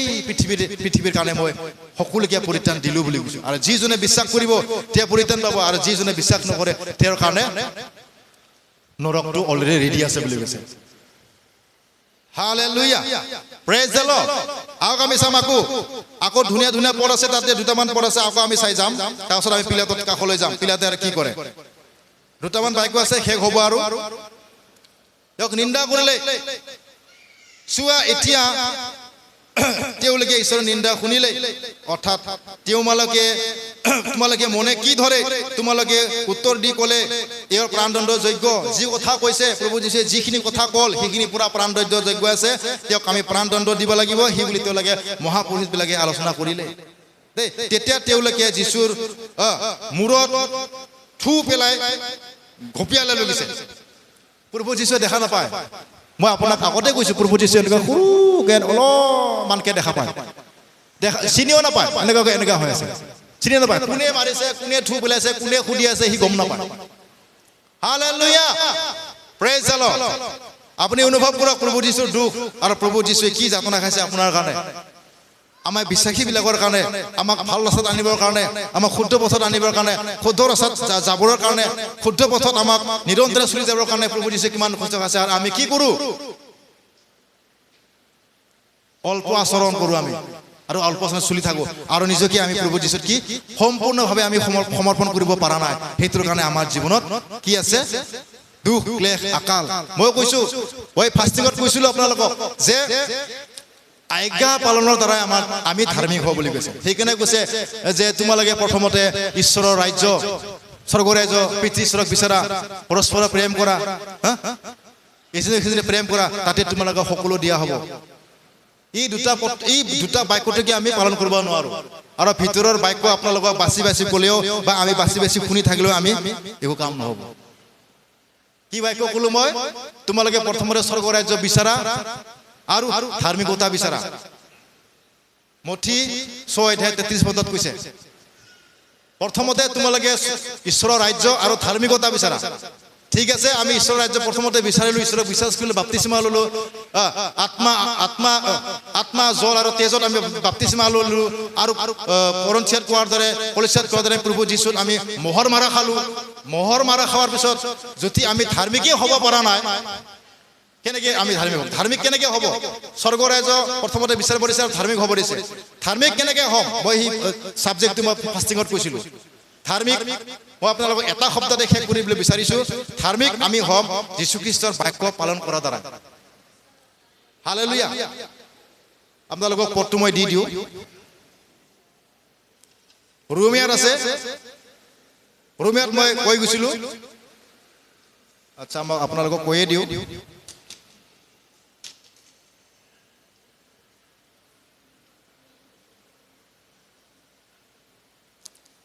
ৰোমিয়া 6:12-13 পদ আছে যেনেকৈ আজ্ঞা এজন মানুহৰ আজ্ঞা উলংঘনৰ দ্বাৰা পৃথিৱীত পাপ সোমাবলৈ গৈছে এজন মানুহ আজ্ঞা পালনৰ দ্বাৰা পৃথিৱীত কি কৰে ধাৰ্মিক হ'ল আৰু পৰিত্ৰাণ হ'ল বুলি কৈছে সেইকাৰণে আমি আজ্ঞা পালনৰ দ্বাৰা আমি ধাৰ্মিক হওঁ বুলি কৈছে আজ্ঞা পালন কৰিলে মানুহে ধাৰ্মিক হয় বুলি কৈছে আপুনি যদি বাক্য পালন নকৰে আপুনি গীৰ্জাত নাহে আপুনি সকলোকে না নো কৰি থাকে কূটনীতি কৰি থাকে বাদ বিৰোধ কৰি থাকে তেনেহ'লে আপুনি ধাৰ্মিক হোৱা নাই আপুনি ধাৰ্মিক পথত নাই আৰু আপুনি সম্পূৰ্ণ প্ৰভু যীশুক সমৰ্পণে কৰা নাই প্ৰভু যীশুক আপুনি সম্পূৰ্ণ চাৰেণ্ডাৰ কৰা নাই আপুনি ইয়াৰ লগতো ফোন কৰে ইটোৰ লগতো ইয়াতো গাৰ্লফ্ৰেণ্ড আছে তাতো গাৰ্লফ্ৰেণ্ড আপোনাৰ এতিয়াও মাইকী আছে তাতেও মাইকী আছে হালেলুয়া আপোনাৰ তাতেও মাইকী আছে এতিয়াও মাইকী আছে সেইফালেও গাড়ী চলাইছে তাতেও বোলে গাৰ্লফ্ৰেণ্ড এটা আছে মাইকী এটা আছে আৰু আপুনি নতুনকৈ এটা বোলে বনাই আছে বোলে সেয়া কোন হয় ঈশ্বৰৰ সন্তান ঈশ্বৰৰ ছোৱালী ঈশ্বৰৰ মহিলা ঈশ্বৰৰ ল'ৰা ছোৱালী আপুনি কেনেকৈ ধাৰ্মিক হ'ব ঈশ্বৰৰ বাক্য পালন কৰি আপুনি কেনেকৈ ধাৰ্মিক হ'ব আপুনি সেই স্বৰ্গ ৰাজ্যৰ বিচাৰতে বাপ্তিস্মা লোৱাতে আছে সিও কিতাবা কি হ'ব সিটোও যি চিল মাৰা আছে প্ৰভু যীশু যি চিল মাৰি আছে পিতা পুত্ৰ পবিত্ৰ আত্মা সিটোও কিতাবা নোহোৱা হৈ যাব আপুনি ধাৰ্মিকৰ পথত যাবই পৰা নাই হালেলুয়া হালেলুয়া তো গতিকে আমাৰ জীৱনত যদি সেই সকলো যদি লাগে আমি প্ৰথমতে বাক্য পালন কৰি ধাৰ্মিক হ'ব লাগিব বাক্য পালে ধাৰ্মিক কৰিলেহে তোমাক সকলো দিব লাগিছে প্ৰথমতে স্বৰ্গ ৰাজ্য আৰু ধাৰ্মিকতা বিচাৰা তাতে তোমালোকক সকলো দিয়া হ'ব এই দুটা পদতে আমি ফাঁচি থাকোঁ সেই দুটা পদত যদি ফাঁচি থাকোঁ আৰু হাজাৰ হাজাৰ বাক্য আছে হাজাৰ হাজাৰ পদ আছে হাজাৰ হাজাৰ বাণ আছে সেইবিলাক আমি কেনেকৈ পালন কৰিম হালেলুয়া কেনেকৈ পালন কৰিম ইমান বাক্য শুনিব নালাগে ইমান ইউটিউবত ফেচবুকত আপোনালোকে বাক্য চাব নালাগে এই দুটা বাক্যটাকে পালন কৰক তাৰপিছত আমি হাজাৰ হাজাৰ টপিক হাজাৰ হাজাৰ ছাবজেক্ট আপুনি শিকক হালেলুয়া সেইটো তো গতিকে মেইন বাক্য পইণ্টবিলাক আমি যদি বুজি নাপাওঁ আমি সেনেকৈ ফুৰে ফুৰে ফুৰে ফুৰে ফুৰে চলি থাকিলে নহ'ব সেইকাৰণে মই দিলে ভালকৈ বাক্য দিওঁ হালেলুয়া মই টেং বং টাং বং সেনেকা মই ইয়াৰ পৰা তাৰ পৰা আনিকে মই মানুহবিলাক মনবিলাক গোল থৈ গ'ল এই গাখীৰ খোৱা বাক্যবিলাক মই দি ভাল নালাগে কাৰণ আপোনালোকে এতিয়া 2 বছৰ 3 বছৰ এতিয়া আপোনালোকে হাড্ডি আৰু মাংস খোৱা বাক্য আপোনালোকে হৈ গৈছে এতিয়া আপোনালোকে সেই শিশু নহয় সেইকাৰণে পঢ়ি গৈছে তোমালোকে এতিয়াও শিশু আছানে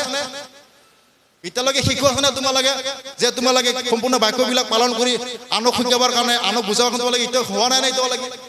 নাই এতিয়া সেই আগৰ স্বভাৱতে আছে পুৰণি স্বভাৱত আগতে যেতিয়া ঈশ্বৰক পোৱা নাই সেই স্বভাৱটোকে লৈ মন্দিৰত বহি আছে নেকি সেই স্বভাৱটোকে লৈ আপোনালোকে ঈশ্বৰক আৰাধনা কৰি আছে নেকি সেই স্বভাৱটোকে লৈ আপোনালোকে জীৱন যাপন কৰি আছে নেকি ইফালে দুটা গাৰ্লফ্ৰেণ্ড ইফালে দুটা গাৰ্লফ্ৰেণ্ড ইফালে দুটা মাইকী সিফালে দুটা মাইকী আছে মনে মনেকে তেনেহ'লে আপুনি ধাৰ্মিক হয় নে স্বৰ্গ ৰাজ্যত আপুনি দুটা পদত নায়ে বাকী আপুনি ঈশ্বৰৰ বাকী বাক্যবিলাক আপুনি কি শুনিব খতম হালেলুয়া সেইটোৰ কাৰণে বি চিৰিয়াছ আমি সকলো ঈশ্বৰৰ বাণী এতিয়া যি মই যে পিলাটোৰ কথা কাইফাৰ কথা হানুনৰ কথা যি কৈ গৈছোঁ ইমান ভিতৰীয়া কথা কৈ গৈছোঁ আপুনি যদি সেই দুটা বাক্যত যদি ফাঁচি আছে আপুনি সেই বাক্যবিলাকত আপুনি পাৰে নাপাব বুলি কৈছে হালেলুয়া আপুনি যদি সেই দুটা বাক্যতে যদি ফাঁচি আছে তেতিয়া আপুনি সেই বাক্যবিলাক আপোনাৰ একো কাম নকৰিব সেই কাম নকৰিব আপোনাক পাঠকসকলে কাম নকৰিব আপোনাক একদম এজন মানুহ ধাৰ্মিক মানুহ আহি আপোনাক যদি আপুনি সলনি হওক তোমাৰ আজিৰ ভিতৰতে সলনি হ'ব লাগে তুমি আজিৰ ভিতৰতে সলনি হ'ব তুমি আজিৰ ভিতৰতে দৰ্শন পাবি বুলি আপুনি পাব নেকি বেলেগ আত্মাহে দেখা দিব আপোনাক ৰাতি টানিব হালেলুয়া আৰু আপোনাৰ জীৱনত কেনেকৈ সাক্ষ্য হ'ব যাৰ জীৱনত সেই দুটা বাক্য পাৰ হৈ যাব ধাৰ্মিকতা হ'ব ধাৰ্মিক হ'লেহে ঈশ্বৰে দৰ্শন দেখিব টেষ্টিমনি হ'ব ধাৰ্মিক হ'লেহে তেওঁৰ জীৱনত নতুন নতুন সাক্ষ্যবিলাক আহিব নতুন নতুন বাণীবিলাক আহিব তেতিয়াহে সি আনক কয় সি আনক বিশেষৰ পৰা আনিব পাৰিব হালেলুয়া আহক আমি চাম আকৌ আছে পদ কেইটামান আছে আৰু কেতবোৰৰ কেতিয়াই সুধিলে তেতিয়া তেওঁবিলাকে ঈশ্বৰৰ মুখত থু পেলাই ঘুপিয়ালে আৰু কেতবোৰৰ কটিয়াৰ সুধিলে হেৰু খ্ৰীষ্ট মাথাত ঠেকনাই দিছে এনেকা হৈ গৈছে কি প্ৰভু যীশুৱে দেই মাথাত ঠেকনাই দিছে এনেকা কৈ প্ৰভু যীশু দেই এতিয়া কোনে থু পেলাইছে কোনে তোক ঘুচা মাৰিছে কোনে তোক গল্টা মাৰাই দিছে তোক কচোন ক প্ৰভু যীশু কেনেকা কিয় ক'ব পাৰিব কিয় ক'ব সি এনেকা চকুতে এনেকা হৈ আছে দেখাই নাপায় ক'লে কিন্তু ক'লে আৰু তেওঁৰ ঈশ্বৰৰ যিটো নেকি প্লান আছে সেইবিলাক ফেল হৈ যাব সেইকাৰণে মনে মনে থাকাই ভাল বুলি তেওঁ সকলো সহ্য কৰি গৈ আছে আপোনাৰ আৰু মোৰ কাৰণে হালেলুয়া তাৰপিছত আমি চাম তাৰপিছত পিলাতৰ কাষত লৈছে পিলাতৰ কাষত লৈ গৈছে তেওঁক 28 পৰা হ'ব 28 পৰা হ'ব আহক আমি চাম একেলগে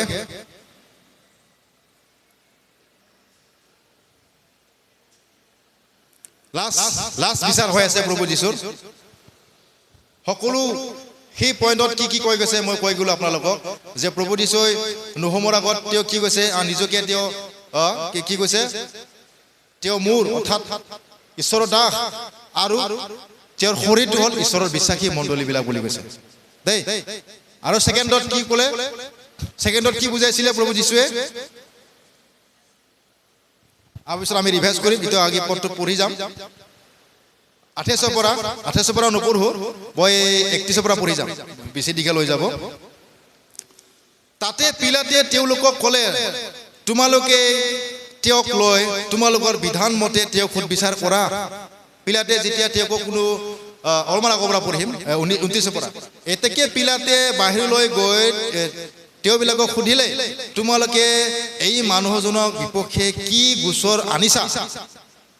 তেওঁবিলাকে উত্তৰ দি ক'লে এই দুষ্কৰ্ম নোহোৱা হ'লে আপোনাৰ হাতত ইয়াক নুখুদালোহেঁতেন মানে ঠকাইছে ইহঁতে ধাৰ্মিক পুৰুষবিলাকে ঠকাইছে মানে তেওঁক দোষী কৰিকে বনাইকে লৈ আহিছে তাৰপিছত 31 পদত তাতে পিলাতে তেওঁবিলাকক ক'লে তোমালোকে তেওঁক লৈ তোমালোকৰ বিধানৰ মতে তেওঁক সুধবিচাৰ কৰিব নোৱাৰা নেকি কৰা যিহুদীবিলাকে তেওঁক ক'লে কাৰো প্ৰাণদণ্ড কৰিবলৈ আইন মতে আমাৰ ক্ষমতা নাই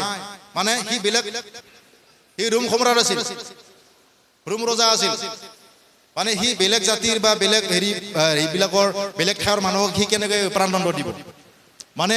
যিহুদীবিলাকে এনেকা আছিল সিহঁতৰ পৰ্ব চলি আছিল যে পৰ্বৰ টাইমত মানে সিহঁতে মাৰিলে সিহঁতৰ পৰ্বটো মানে কিবা বেয়া হ'ব সিহঁতে এটা পৰৱ চলি আছিল সেই পৰৱটোত মানে আমি সিহঁতে মানুহ মাৰিব ইচ্ছা নাই মানে মাৰিলে সিহঁতে মাৰিলে হয় সিহঁতে মানে মাৰিব ইচ্ছা নাই বেলেগৰ যোগেদি মাৰিব ইচ্ছা গৈছে তাক প্ৰভু যীশু দেই ই চালটো খেলিছে তাৰমানে ইহঁতে তাৰপিছত তাতে পিলাতে তেওঁলোকক ক'লে তোমালোকৰ বিধান মতে সুধবিচাৰ কৰিব নোৱাৰা নেকি সিহঁতে কৰিব নোৱাৰে কাৰণ যিহুদীবিলাকৰ কিবা পৰ্ব চলি থকা কাৰণে সিহঁতে বেলেগৰ লৈ যায় বেলেগৰ যোগেদি ফাঁচাইকে তাক মাৰিব বিচাৰিছিলে তথাপিও পিলাতে কি কৈছে চাওক নিজকে আমাৰ আইনত প্ৰাণদণ্ড কৰিব লগা ক্ষমতা নাই বুলি ক'লে নিজকে কোনে মনেৰে মৰিব এই বিষয়ে যীশুৱে যি কথা কৈছিল সিয়ে সিদ্ধ হ'বলৈ এনে হ'ল অৰ্থাৎ এইবিলাক যে ঘটি আছে তাক যে ফাঁচা বেনেকে লৈ গৈছে তাক যে পিলাতৰ হাতত মাৰিবৰ কাৰণে লৈ গৈছে তাক যে মিছা সাক্ষী দি লৈ গৈছে সেইবিলাক চব সিদ্ধ হৈ আছে ভৱিষ্যতবাণী আগতেই দিয়া আছে দেই তাৰপিছত 33ত কৈছে 33ত কৈছে এতেকে পিলাতে আকৌ পিটিয়মৰ ভিতৰলৈ অৰ্থাৎ য'ত নেকি মানে আলোচনা কৰা এটা ঠাই গেষ্ট হাউচ নিচিনাকৈ যি আছিল তাতে তেওঁক লৈ গৈছে ভিতৰলৈ সোমাই গৈ যীশুক মাতি সুধিলে তুমি যিহুদীবিলাকৰ ৰজানে যীশুৱে উত্তৰ দিলে তুমি নিজে এই কথা কৈছানে নাইবা অন্য লোকে মোৰ বিষয়ে তোমাক ক'লে হালেলুয়া যীশুৱে ক'লে তোমাক এই বিষয়ে যি মই ৰজা হয় তোমাক কোনোবা ক'লে নে না তুমি নিজৰ পৰা ক'লা যীশুৱে সুধিলে পিলাতে উত্তৰ দিলে মই জানো যিহুদী মানুহ মানে যীশুক কৈছে তুমি যে যিহুদী মানুহ মই জানো বুলি কৈছে তোমাৰ প্ৰজাতিয়ে প্ৰধান পুৰোহিতসকলে মোৰ হাতত তোমাক সোধাই দিলে তুমি কি কৰিলা যীশুৱে উত্তৰ দিলে মোৰ ৰাজ্য এই জগতৰ নহয় আৰু মোৰ ৰাজ্য এই জগতৰ হোৱা হ'লে যিহুদীবিলাকৰ হাতত যাতে মোক সোধাই দিব নোৱাৰে অৰ্থাৎ মানে প্ৰভু যীশুৱে যদি যিহুদীবিলাকৰ ৰজা হ'ল হয় তেতিয়াহ'লে যিহুদীবিলাকৰ হাততে সি মৰিলা হয় হা প্ৰভু যীশুৱে যদি ৰোম দেশৰ বা ৰোম জাতিবিলাকৰ মানুহ হ'লা হয় প্ৰভু যীশুৱে ৰোম জাতিৰ হাততে মৰা হয় বুলি কৈছে কাৰণ তেওঁ ৰোমৰো নহয় যিহুদীবিলাকৰো নহয় পৃথিৱীৰে নহয় বুলি কৈছে সি স্বৰ্গৰ ৰাজ্যত ঈশ্বৰে যাৰ লগত তেওঁক যাৰ দ্বাৰা প্ৰভু যীশুক মাৰোতে কোনে মাৰিছে না পাপেহে মাৰিছে প্ৰভু যীশু যিহুদীবিলাকো মাৰা নাই কিবা তোৰ ৰোম দেশৰ পিলাতেও মাৰা নাই মানুহৰ পাপে হিংসাই ঈৰ্ষাই কূটনীতি বাদ বিবাদে প্ৰভু যীশুক মাৰি পেলাইছে হালেলুয়া সেইকাৰণে কৈছে মই যিহুদীবিলাকৰো নহয় পিলাতৰো নহয় মই পৃথিৱীৰে নহয় মই মানৱ জাতিৰ অৰ্থাৎ মানৱ জাতিৰ কিং অৰ্থাৎ মানৱ জাতিৰ ৰজা হালেলুয়া সেইকাৰণে মোক মাৰিব পাৰে পিতৃশ্বৰে কি কৈছে মানৱ জাতিৰ কাৰণে পাপৰ কাৰণে তেওঁ মৰিব মানুহৰ পাপেহে প্ৰভু যীশুক মাৰিছে হালেলুয়া প্ৰেজ দ্য লৰ্ড সেইবিলাকে যি সংগ্ৰাম কৰিছিলে প্ৰভু যীশুক কূটনীতি কৰিছিলে বাদ বেদ কৰিছিলে তেওঁক মাৰিব লাগিব তেওঁক ফাঁচাইছিলে এই যেনেকৈ আমাৰ জীৱনত সেনেকুৱা হয় সেই পাপবিলাক এতিয়া সেইবিলাকে ঘূৰি থাকে আমাৰ বিশ্ববিলাকতো ঘূৰি থাকে কাকবা ফাঁচাই দিয়া কাকবা কূটনীতি কৰি দিয়া কাকবা মিছাকৈ ফাঁচাই এনেকৈ বদনাম কৰা সেইবিলাকহে প্ৰভু যীশুক মাৰিছে যিহুদীবিলাকো মৰা নাই পিলাতৰ ৰোম দেশো মৰা নাই মানুহৰ পাপবিলাকে কূটনীতিয়ে হিংসা লাগি তেওঁক ফাঁচাকে তাক মাৰিছে বিনা দোষত আৰু সিও পাপৰ কাৰণে মৰিব লগা আছিল কৈছে যে প্ৰভু যীশুৱে পাপৰ কাৰণে মৰিব লগা আহিব লগা আছে তেওঁ ক্ৰুচত বলি হ'ব লাগিব হালেলুয়া প্ৰেজ দ্য লৰ্ড আপোনালোকে হ'ব নালাগে যিহুদীবিলাকে মাৰিছে যিহুদীবিলাকৰ পাপ আৰু মানৱ জাতিৰ পাপ লগ লাগি ইজনে সিজনে যি পাপবিলাক জমা লাগিল প্ৰভু যীশুক হিংসা কৰিলে মাৰিবৰ কাৰণে শয়তানে সেই পাপেহে প্ৰভু যীশুক মাৰিছে সেইকাৰণে পাপৰ কাৰণে সেইকাৰণে প্ৰভু যীশুক কাকো দুখ দিয়া নাই যিবিলাকে ক্ৰুচত তেওঁক কঁজাল মাৰিছে যিবিলাকে খুচিয়াইছে যিবিলাকে তেওঁক অন্ধ কৰি দিছে খুচিয়াই চকু একো দেখা নাপা কৰি দিছে সেইবিলাকক ঈশ্বৰে ক্ষমা কৰি দিছে কাৰণ তেওঁলোকে নাজানে কি কৰি আছে কাৰণ সি কি কৰিবলৈ গৈ আছে হালেলুয়া কথাটো সেইটো বুজি ল'ব পাহৰিব নালাগে হালেলুয়া প্ৰেজ দ্য লৰ্ড আকৌ চাম আমি তাতে তেওঁক উত্তৰ দি তাতে পিলাতে তেওঁক ক'লে তেন্তে তুমি ৰজা নে মই এই ৰাজ্যৰো নহয় পৃথিৱীৰো নহয় বুলি ক'লে মোৰ ৰাজ্য ইয়াৰ নহয় তাতে পিলাতে তেওঁক ক'লে তেন্তে তুমি ৰজা নে আকৌ সুধিছে তেন্তে তুমি ৰজা নে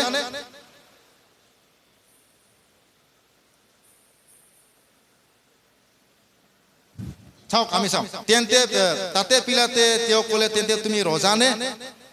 যীশুৱে তেওঁক উত্তৰ দি ক'লে মই যে ৰজা হওঁ ইয়াক তুমি এই কৈছা বুলি কৈছে হালেলুয়া মই যে ৰজা হওঁ তুমি এই মাত্ৰ ক'লা হালেলুয়া যীশু খ্ৰীষ্টই পইণ্টত ধৰে সৰু সৰু পইণ্টত ধৰে আৰু মই সেনেকৈ সৰু সৰু কিছুমান পইণ্টতে মই ধৰোঁ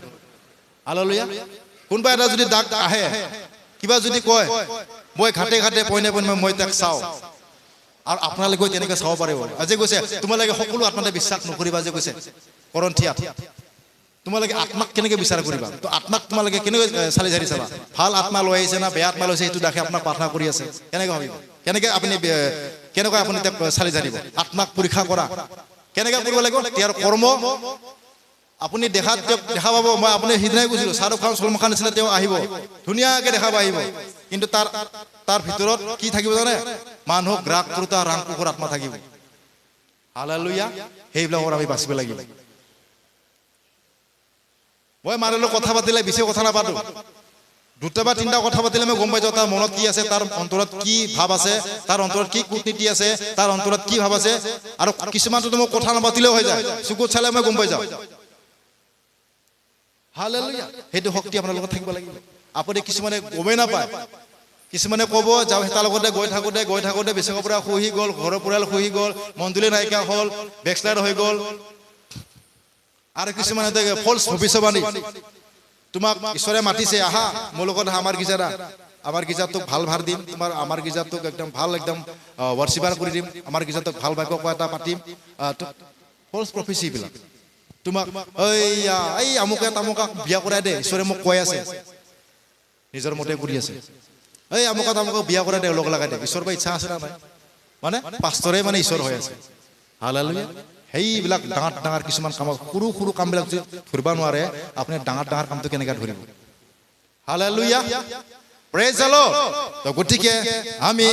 চাম আকৌ এবাৰ যে প্ৰভু যীশুৱে এই ৰজা বুলি ক'লে, তুমিয়ে মোক ৰজা বুলি ক'লা আৰু কি লাগে চাওক। আমি সেইটো চাম কিহত কৈছে এইটো। দানিয়েলৰ 7:14 চাম একেলগে। দানিয়েলৰ 7:14 তুমিয়ে যে মোক কৈছা, তুমিয়ে মোক ৰজা বুলি ক'লা। সি ৰজাই কিহৰ কাৰণে সি ৰজা হ'ল, কিহৰ কাৰণে তেওঁ ৰজা পাতিছে, আৰু কিহৰ কাৰণে তেওঁক ৰজা পাতা গৈছে, পিতৃ শ্ৰোতা কিয় ৰজা পাতিছে, গোটেই পৃথিৱীৰ মানৱ জাতিৰ কাৰণে। কোনো যিহুদীবিলাকৰ কাৰণে এক্সট্ৰা তেওঁ জন্ম কাৰণে মৰা নাই, কোনো তেওঁ বেলেগ জাতিৰ কাৰণে তেওঁ মৰা নাই। প্ৰভু যীশু গোটেই পৃথিৱীৰ পাপৰ কাৰণে মৰিছে, আৰু পাপেহে তাক ক্ৰুচত দিছে। সেই তেতিয়া পাপবিলাকে মাৰাৰ আপাত সুমি হিংসাৰ পাপ, বাদ বিবাদৰ পাপ, ঈৰ্ষাৰ পাপ, জেলাছৰ পাপ, একদম কোনো মাৰা মানুহ মাৰা এইবিলাক পাপ আত্মাবিলাক প্ৰভু যীশুক মাৰি পেলাইছে বুলি কৈছে, ক্ৰুচত দিছে। আৰু সিহঁতে নিজে গম নাপায় কি কৰিছে, সিহঁতে পাৰ আত্মাত পৰিচালনা আহে প্ৰভু যীশুক ক্ৰুচত দিছে। আহক আমি চাম দানিয়েলৰ 7:14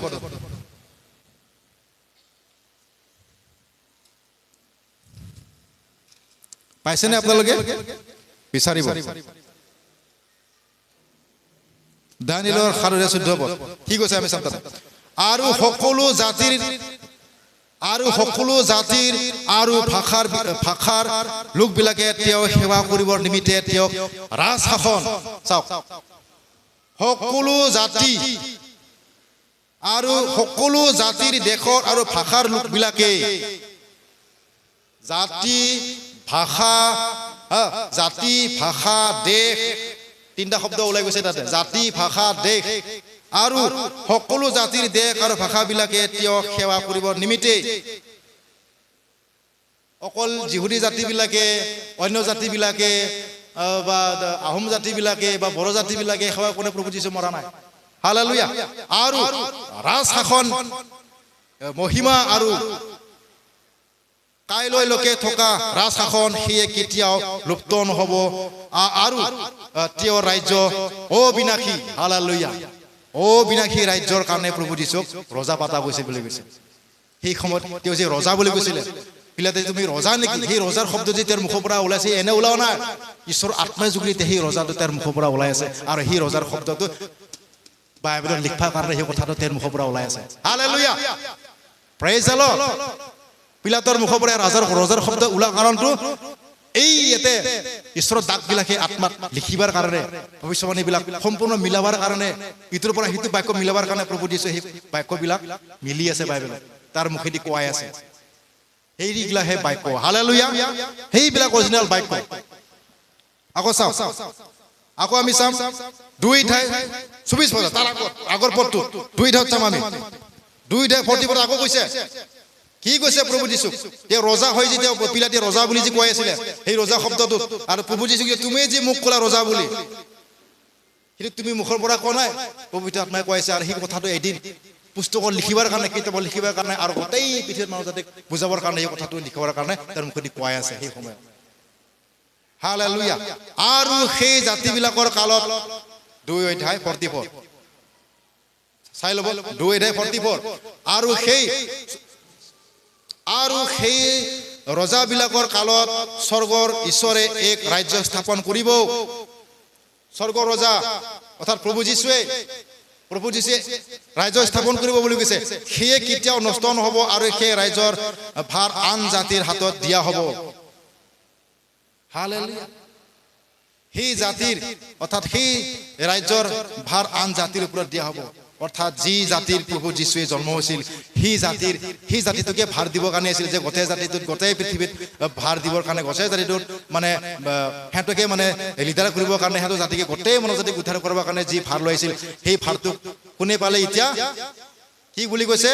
আন জাতিৰ ওপৰত দিয়া হ'ব বুলি কৈছে। এতিয়া প্ৰত্যেক জাতিয়ে সেইবিলাক কাম কৰি আছে। প্ৰভু যীশুৰ উদ্ধাৰ মুক্তিৰ কাম, প্ৰভু যীশুৰ যি কামবিলাক যি কৰি আছে, ইহুদীবিলাকে কৰিছে নেকি? ইহুদীবিলাকে 4টা পুস্তকে মানি আছে। আদি পুস্তক, যাত্ৰা পুস্তক, লিবিয়া পুস্তক, দ্বিতীয় বিৱৰণ আৰু লিবিয়া পুস্তক। অৰ্থাৎ এই 5টা পুস্তকে তেওঁলোকে মানি আছে। তেওঁলোকে প্ৰভু যীশুৰ কাম কৰিব পৰা নাই। সেইকাৰণে কৈছে সেই জাতিৰ ভাৰ, সেই ৰাজ্যৰ ভাৰ আন জাতিক দিয়া হ'ব বুলি কৈছে। আৰু সেই জাতি, গোটেই পৃথিৱীৰ জাতিয়ে ভাষা ভাষীয়ে কাম কৰি আছে। নিজৰ জাতিয়ে চিনি নাপালে আনহে মোক গ্ৰহণ কৰিবলৈ কৈছে। হালেলুয়া প্ৰেইজ দ্য লৰ্ড সেইটোৰ কাৰণে আকৌ চাম তলত কি কৈছে আপুনি দেখি দিয়া হ'ব কিন্তু সেই আটাই ৰাজ্য ভাঙি সংহাৰ কৰি নিজকে চিৰকাললৈকে থাকিব অৰ্থাৎ সেই যি জাতিবিলাকক আৰু সেই ভাৰবিলাক দিছে সেইবিলাকক ঈশ্বৰে সুদ বিচাৰ কৰি ভাঙি চিঙি সকলোকে একগোট কৰি আৰু এদিন কি বুলি কৈছে আকৌ এটা নতুন এটা সৃষ্টি কৰিব বুলি কৈছে সেই 1000 বছৰ চাম হালেলুয়া প্ৰেইজ দ্য লৰ্ড কি কৈছে সংহাৰ কৰি ভাঙি নিজৰ চিৰকাললৈকে থাকিব বুলি কৈছে সেইবিলাক যেতিয়া শেষ কৰিব গোটেই পৃথিৱীত যেতিয়া ঈশ্বৰৰ বাক্যবিলাক বিয়পি যাব বিয়পি গৈ যেতিয়া শেষ হ'ব তেতিয়া সুদ বিচাৰ কৰি সকলোৱে শেষ কৰি প্ৰভু দিছে আকৌ নতুন এটা পৃথিৱী বনাব বুলি কৈছে হালেলুয়া আৰু তেওঁ তাতে ৰজা হ'ব বুলি কৈছে যে পিলাতে যেতিয়া ৰজা বুলি কৈছে তুমি ৰজা নেকি তুমি নিজকে ৰজা বুলি কোৱা নেকি তুমি ইছৰাইলৰ ৰজা নেকি বুলি কৈছে সেই ৰজাৰ সব মিনিংটো সেইটো হালেলুয়া প্ৰেইজ দ্য লৰ্ড আপোনালোকে অভাৱ হ'ব নালাগে ঈশ্বৰৰ বাক্য হালেলুয়া সেই ঈশ্বৰৰ বাক্য আমাক ঈশ্বৰে দিছে আমি ভালকৈ যদি চালি জাৰি চাওঁ আমি যদি ভালকৈ বুজি নিগুড় তত্ত্ব ভিতৰৰ পৰা যদি আমি চাওঁ এই সকলো আমাৰ গাত কি বুলি কৈছে প্ৰভু যীশুক যেনেকৈ শৰীৰত যেনেকৈ মাৰিছিলে সেনেকুৱা আমাৰ নিজৰ গাত মাৰা নিচিনা লাগে হালেলুয়া ঈশ্বৰৰ বাক্যটো সেনেকুৱা প্ৰভুৰ বাক্যটোৱে সেনেকুৱা যেতিয়া প্ৰভু যীশুৰ বাক্য ক'ব আমাৰ মানুহৰ গাত কি বুলি কৈছে প্ৰভু যীশুৰে চাবুক যেনেকৈ মাৰিছিলে ঈশ্বৰৰ বাক্যটো সেনেকুৱা মানুহ গাত লাগি যায় আৰু কোনবা নোৱাৰে আৰু সি ওলাই গ'লে তাতে আৰু শয়তানে কাম কৰিলে যদি ওলাই নাযায় যদি শুনি ধৈৰ্য ধৰি আৰু যদি নিজকে নম্ৰ কৰি যদি শুনি থাকে তেওঁ এদিন নিশ্চয় সলনি হ'ব প্ৰভু যীশুৱে সলনি কৰিব আৰু নম্ৰবিলাকে সলনি হ'ব পাৰে আৰু নম্ৰবিলাকে ঈশ্বৰক লৈ বুলি কৈছে আৰু নম্ৰবিলাকে ঈশ্বৰৰ কথা পাতে আৰু তেওঁক আশীৰ্বাদ কৰে বুলি কৈছে হালেলুয়া প্ৰেইজ দ্য লৰ্ড চাওক লাষ্ট পদ আমি চাম শেষ হ'বলৈ হৈছে যোহনত যাম আমি আকৌ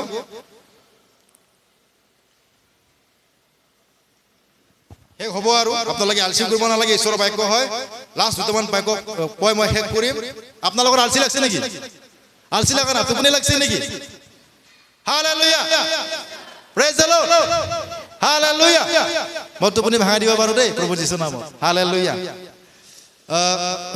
চাওক আমি চাম আকৌ লাষ্ট পদ 38 ইয়াকে তুমি এই কৈছা সত্যতাৰ পক্ষে সাক্ষ্য দিবলৈ মই জন্ম ধৰি এই জগতলৈ সত্যতাৰ পক্ষে সাক্ষ্য দিবলৈ মই জন্ম ধৰি এই জগতলৈ আহিলোঁ সত্যতাৰ সাক্ষ্য দিবৰ কাৰণে আহিছে প্ৰভু দিছে পৃথিৱীত মানে কাৰো সেনেকুৱা ধৰ কূটনীতি শিকাবৰ কাৰণে বাদ বিবাদ কৰিবৰ কাৰণে জেলাছ কৰিবৰ কাৰণে হে থ ইয়াক কিয় উঠাইছে হে থ ইয়াক মইহে উঠিব লাগিছিল মইহে যাব লাগিছিল সেইবিলাক শিকিবৰ কাৰণে প্ৰভু দিছো আহে না সেইবিলাক ক'ৰ পৰা হৈছে জগতৰ পৰা হৈছে আৰু সেইবিলাক যদি কৰে জগতৰ পৰা গৈছে জগতৰ আত্মাই তাক শিকাইছে বুলি কৈছে ঈশ্বৰৰ সন্তানবিলাকে ঈশ্বৰৰ দাসবিলাকে কি বুলি কৈছে সত্যৰে সাক্ষী দিব লাগে আৰু সত্যতাৰে চলাই নিব লাগে বুলি কৈছে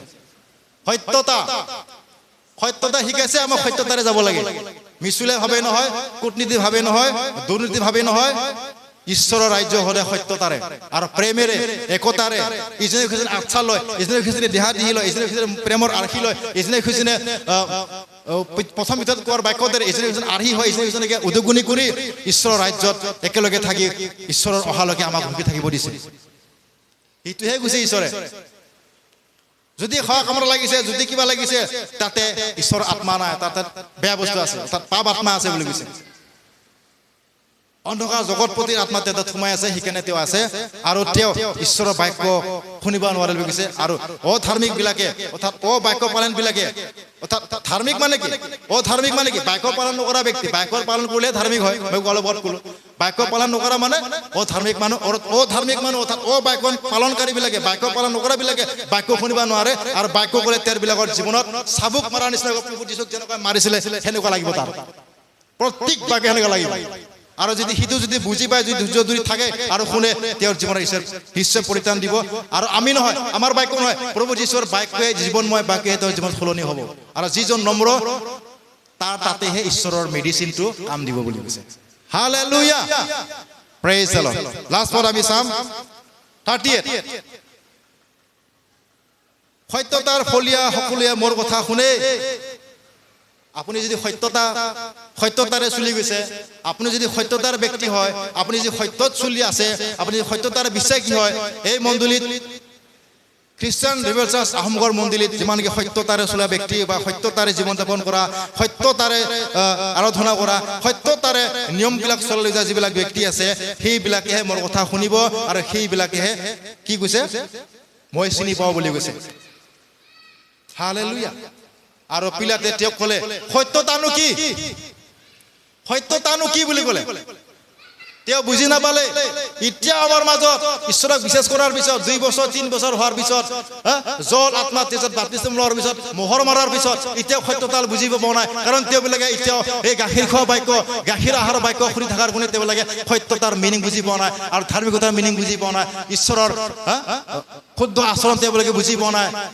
স্বৰ্গ ৰাজ্য আৰু ধাৰ্মিকতাটো বুজি পোৱা নাই। কি মিনিঙত কৈছে প্ৰভু যীশুৱে? আপুনি সেই দুটা বাক্যতে ওলমি আছে, সেই দুটা পাৰ হ'ব পৰা নাই। আপুনি গোটাই বাক্য মানিবই পৰা নাই। গোটাই বাক্য আপুনি কেনেকৈ মানিব? স্বৰ্গ ৰাজ্য ধাৰ্মিকতা, স্বৰ্গ ৰাজ্য আপুনি পালে প্ৰভু যীশুৰ নামত বাপ্তিস্ম লোৱাৰ লগে লগে স্বৰ্গ ৰাজ্য আপোনাক দিলে, কিন্তু সেই এটাতে থাকি আছে, কিন্তু আৰু এটাত পাৰ হ'ব পৰা নাই। কি বুলি কয়? ধাৰ্মিকতা। ধাৰ্মিকতা মানে কি? বাক্য পালন কৰিলে ধাৰ্মিক হয়। আপুনি যিমান বাক্য পালন কৰি যাব, যিমান আপুনি দিনে দিনে বাক্য পালন কৰি যাব, কোনো মানে কিছুমান কামবিলাক আপুনি নিগেটিভ কাম নকৰিব, কোনো কিছুমান কাম কেঞ্চেল নকৰিব। আপুনি যি কৈছে বাইবেলত, অৰ্থাৎ ঈশ্বৰ অৰ্থাৎ ঈশ্বৰৰ দাস অৰ্থাৎ প্ৰভু যীশু মোৰ মানে ঈশ্বৰৰ দাসে এই দেহাত আমাৰ চিন্তাৰ দ্বাৰাই যেনেকৈ আমি চাফা কৰিম গাবিলাকক, চিন্তা কৰি চাফা কৰিম, এই চাফা কৰোঁতে যদি আকৌ লেতেৰা হৈ থাকে, চাফা কৰোঁতে আকৌ লেতেৰা হয়, তেনেকৈ হ'লে আমাক কি কৈছে ঈশ্বৰে?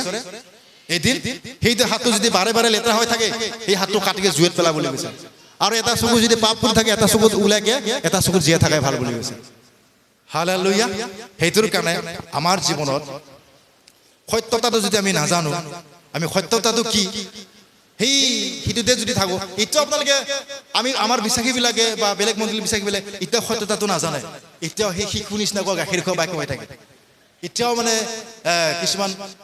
নতুন নতুন বাক্য বা কুমলীয়া বাক্য শুনিলে ভাল লাগে। হাঁহি বাক্য বা সিজুলীয়া বাক্য, বনাই কোৱা বাক্য ঈশ্বৰৰ বাক্যৰ লগত, সেইবিলাক বাক্যবিলাক ভাল লাগে, শুনি ভাল লাগে, টোপনি নাহে বুলি কৈছে।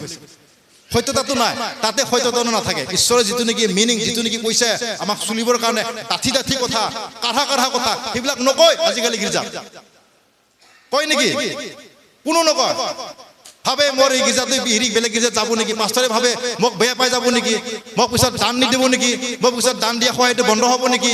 মই তাতে গ'লে সি তাতে মোক একচাম নকৰিব নেকি, মোক বহিবৰ কাৰণে শ্বেয়াৰ নিদিব নেকি, মই হাতে নকৰোঁ এইবিলাক। হালেলুয়া। মই ঈশ্বৰৰ বাক্য সন্মান কৰোঁ, মই ঈশ্বৰক ৰেচপেক্ট দিওঁ, মই ঈশ্বৰৰ কথা কওঁ আৰু মই ঈশ্বৰে যি কৈছে সেইটো কওঁ। কাৰোবাৰ শ্বেয়াৰ পাৰি দিলেও, এবাৰ মোক পানী এগিলাচ নিদিলেও মই ঈশ্বৰৰ সত্য কথাটো মই কৈ যাম। হালেলুয়া। Praise the lord. ঈশ্বৰে যিটো কৈছে আমি সেইটো ক'ব লাগিব। আজিকালি সেনেকুৱা হৈ আছে, বিজনেছ যীচুক লৈ বিজনেছ কৰি আছে আজিকালি, সত্য কথাটো নকয়। আপোনালোকে ইউটিউব ফেচবুকত চাব, হাঁহি কিছুমান নিজৰ ফলীয়া হয়নে এনেকৈ কৰিব লাগে, এনেকৈ কৰিব লাগে, এনেকৈ ঈশ্বৰৰ বগে সেনেকৈ যীশু খ্ৰীষ্ট সেনেকৈ কোৱা নাই। যীশু খ্ৰীষ্টই পাৱাৰ উঠি কষ্ট কৰি কাঢ়া তাতে কথাবিলাক কৈ আছে, মানিব লাগিব, শুনিব লাগিব, এনেকৈ কৰিব লাগিব। সেনেকৈ ক'লে এই পাষ্টাৰে যদি সেনেকৈ ক'লে পাষ্টাৰক ভাল পাব নেকি? পাষ্টাৰক বেয়া পাব। সেইকাৰণে নকয়, সেইকাৰণে বিশ্বাসীবিলাক সেনেকৈ হৈ থাকে। কোনোবা আহিলে কিবা কৈ দিয়ে, তাৰ পিছে যায়, ইফালে ক'লে সি তাৰ পিছে যায়। বাক্যত মজবুত হোৱা নাই, কাঢ়া বাক্য শুনা নাই,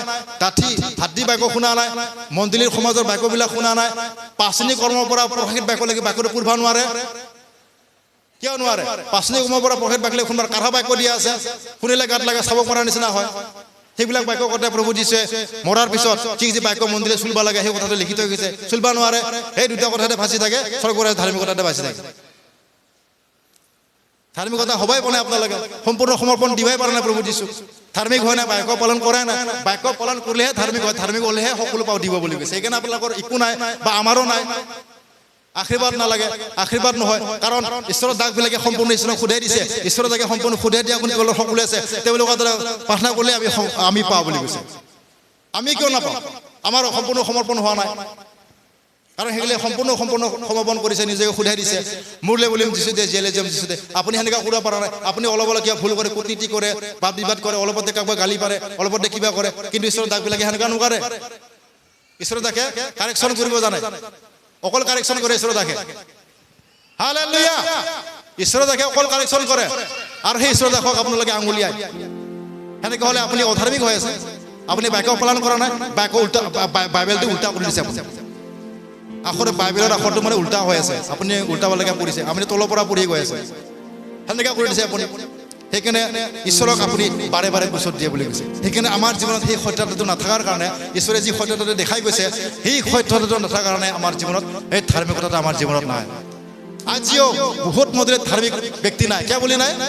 ধাৰ্মিক ইটোৰ কাৰণে নাই বাক্য পালন নাই বুলি কৈছে আজ্ঞাকাৰী নাই বাক্য পালন কৰে যীশুখ্ৰীষ্ট বাক্য পালন কৰি আমাক দেখুৱাই গৈছে আৰু সেইবিলাক দেখা হৈছে এনেকুৱা কৰি গ'লে এনেকুৱা দি গুচি গ'লে ইটো ৰাস্তা দি গ'লে বাক্য পালন কৰিব পাৰে ইফালে দি গ'লে অলপ সহজ হয় ইফালে দি গ'লে অলপ সহজ হয় এনেকুৱা গ'লে প্ৰাৰ্থনাত থাকিলে ফাষ্টিঙত থাকিলে সহজ হ'ব আৰু এনেকুৱাকৈ গ'লে আমাৰ ইজনে সিজনে মৰমত থাকিলে প্ৰেমত থাকিলে আমাৰ থাকিব আৰু ইজনে সিজনে আচ্ছা দি ইজনে সিজনে উৎসাহ দি গ'লে আমাৰ বাক্য পালন হৈ যাব সেইবিলাক আপুনি পাহৰি থাকে ইজনে সিজনক বেয়া পাই আহিছে যিটো নেকি কৰি যাব লাগে সেইটো উল্টা কৰি থৈ দিয়ে আপোনালোকে বেয়া পাই থাকে মাত নিদিয়ে ঈৰ্ষা কৰি থাকে খং উঠি থাকে যাক নেকি আপুনি আশীৰ্বাদৰ প্ৰাৰ্থনা কৰিব লাগে তাক আপুনি খাও দিয়ে যাক নেকি আপুনি মৰমেৰে মাত দিলে তাক আপুনি বেয়া পায় সেনেকৈ হ'লে আপুনি ঈশ্বৰৰ ধাৰ্মিকতাত কেনেকৈ চলি গ'ল আপুনি ধাৰ্মিক হোৱাই নাই তেওঁ আপুনি সেই চিল মাৰা যি বাপ্তিস্মাত চিল মাৰা যি পবিত্ৰ আত্মাৰ যি চিল সেইটো আপুনি লাহে লাহে মুচি গৈ আছে তেতিয়া আপুনি সেই সৰ্বৰাজ্য আৰু ধাৰ্মিকতাটো সেই দুটা প্ৰত্যেকে পাৰ হ'ব পৰা নাই আৰু বাকী বাক্য আপুনি কি পঢ়িব তাতে ফাঁচি আছে আপুনি আৰু মই ফাঁচি আছো সকলোৱে ফাঁচি আছো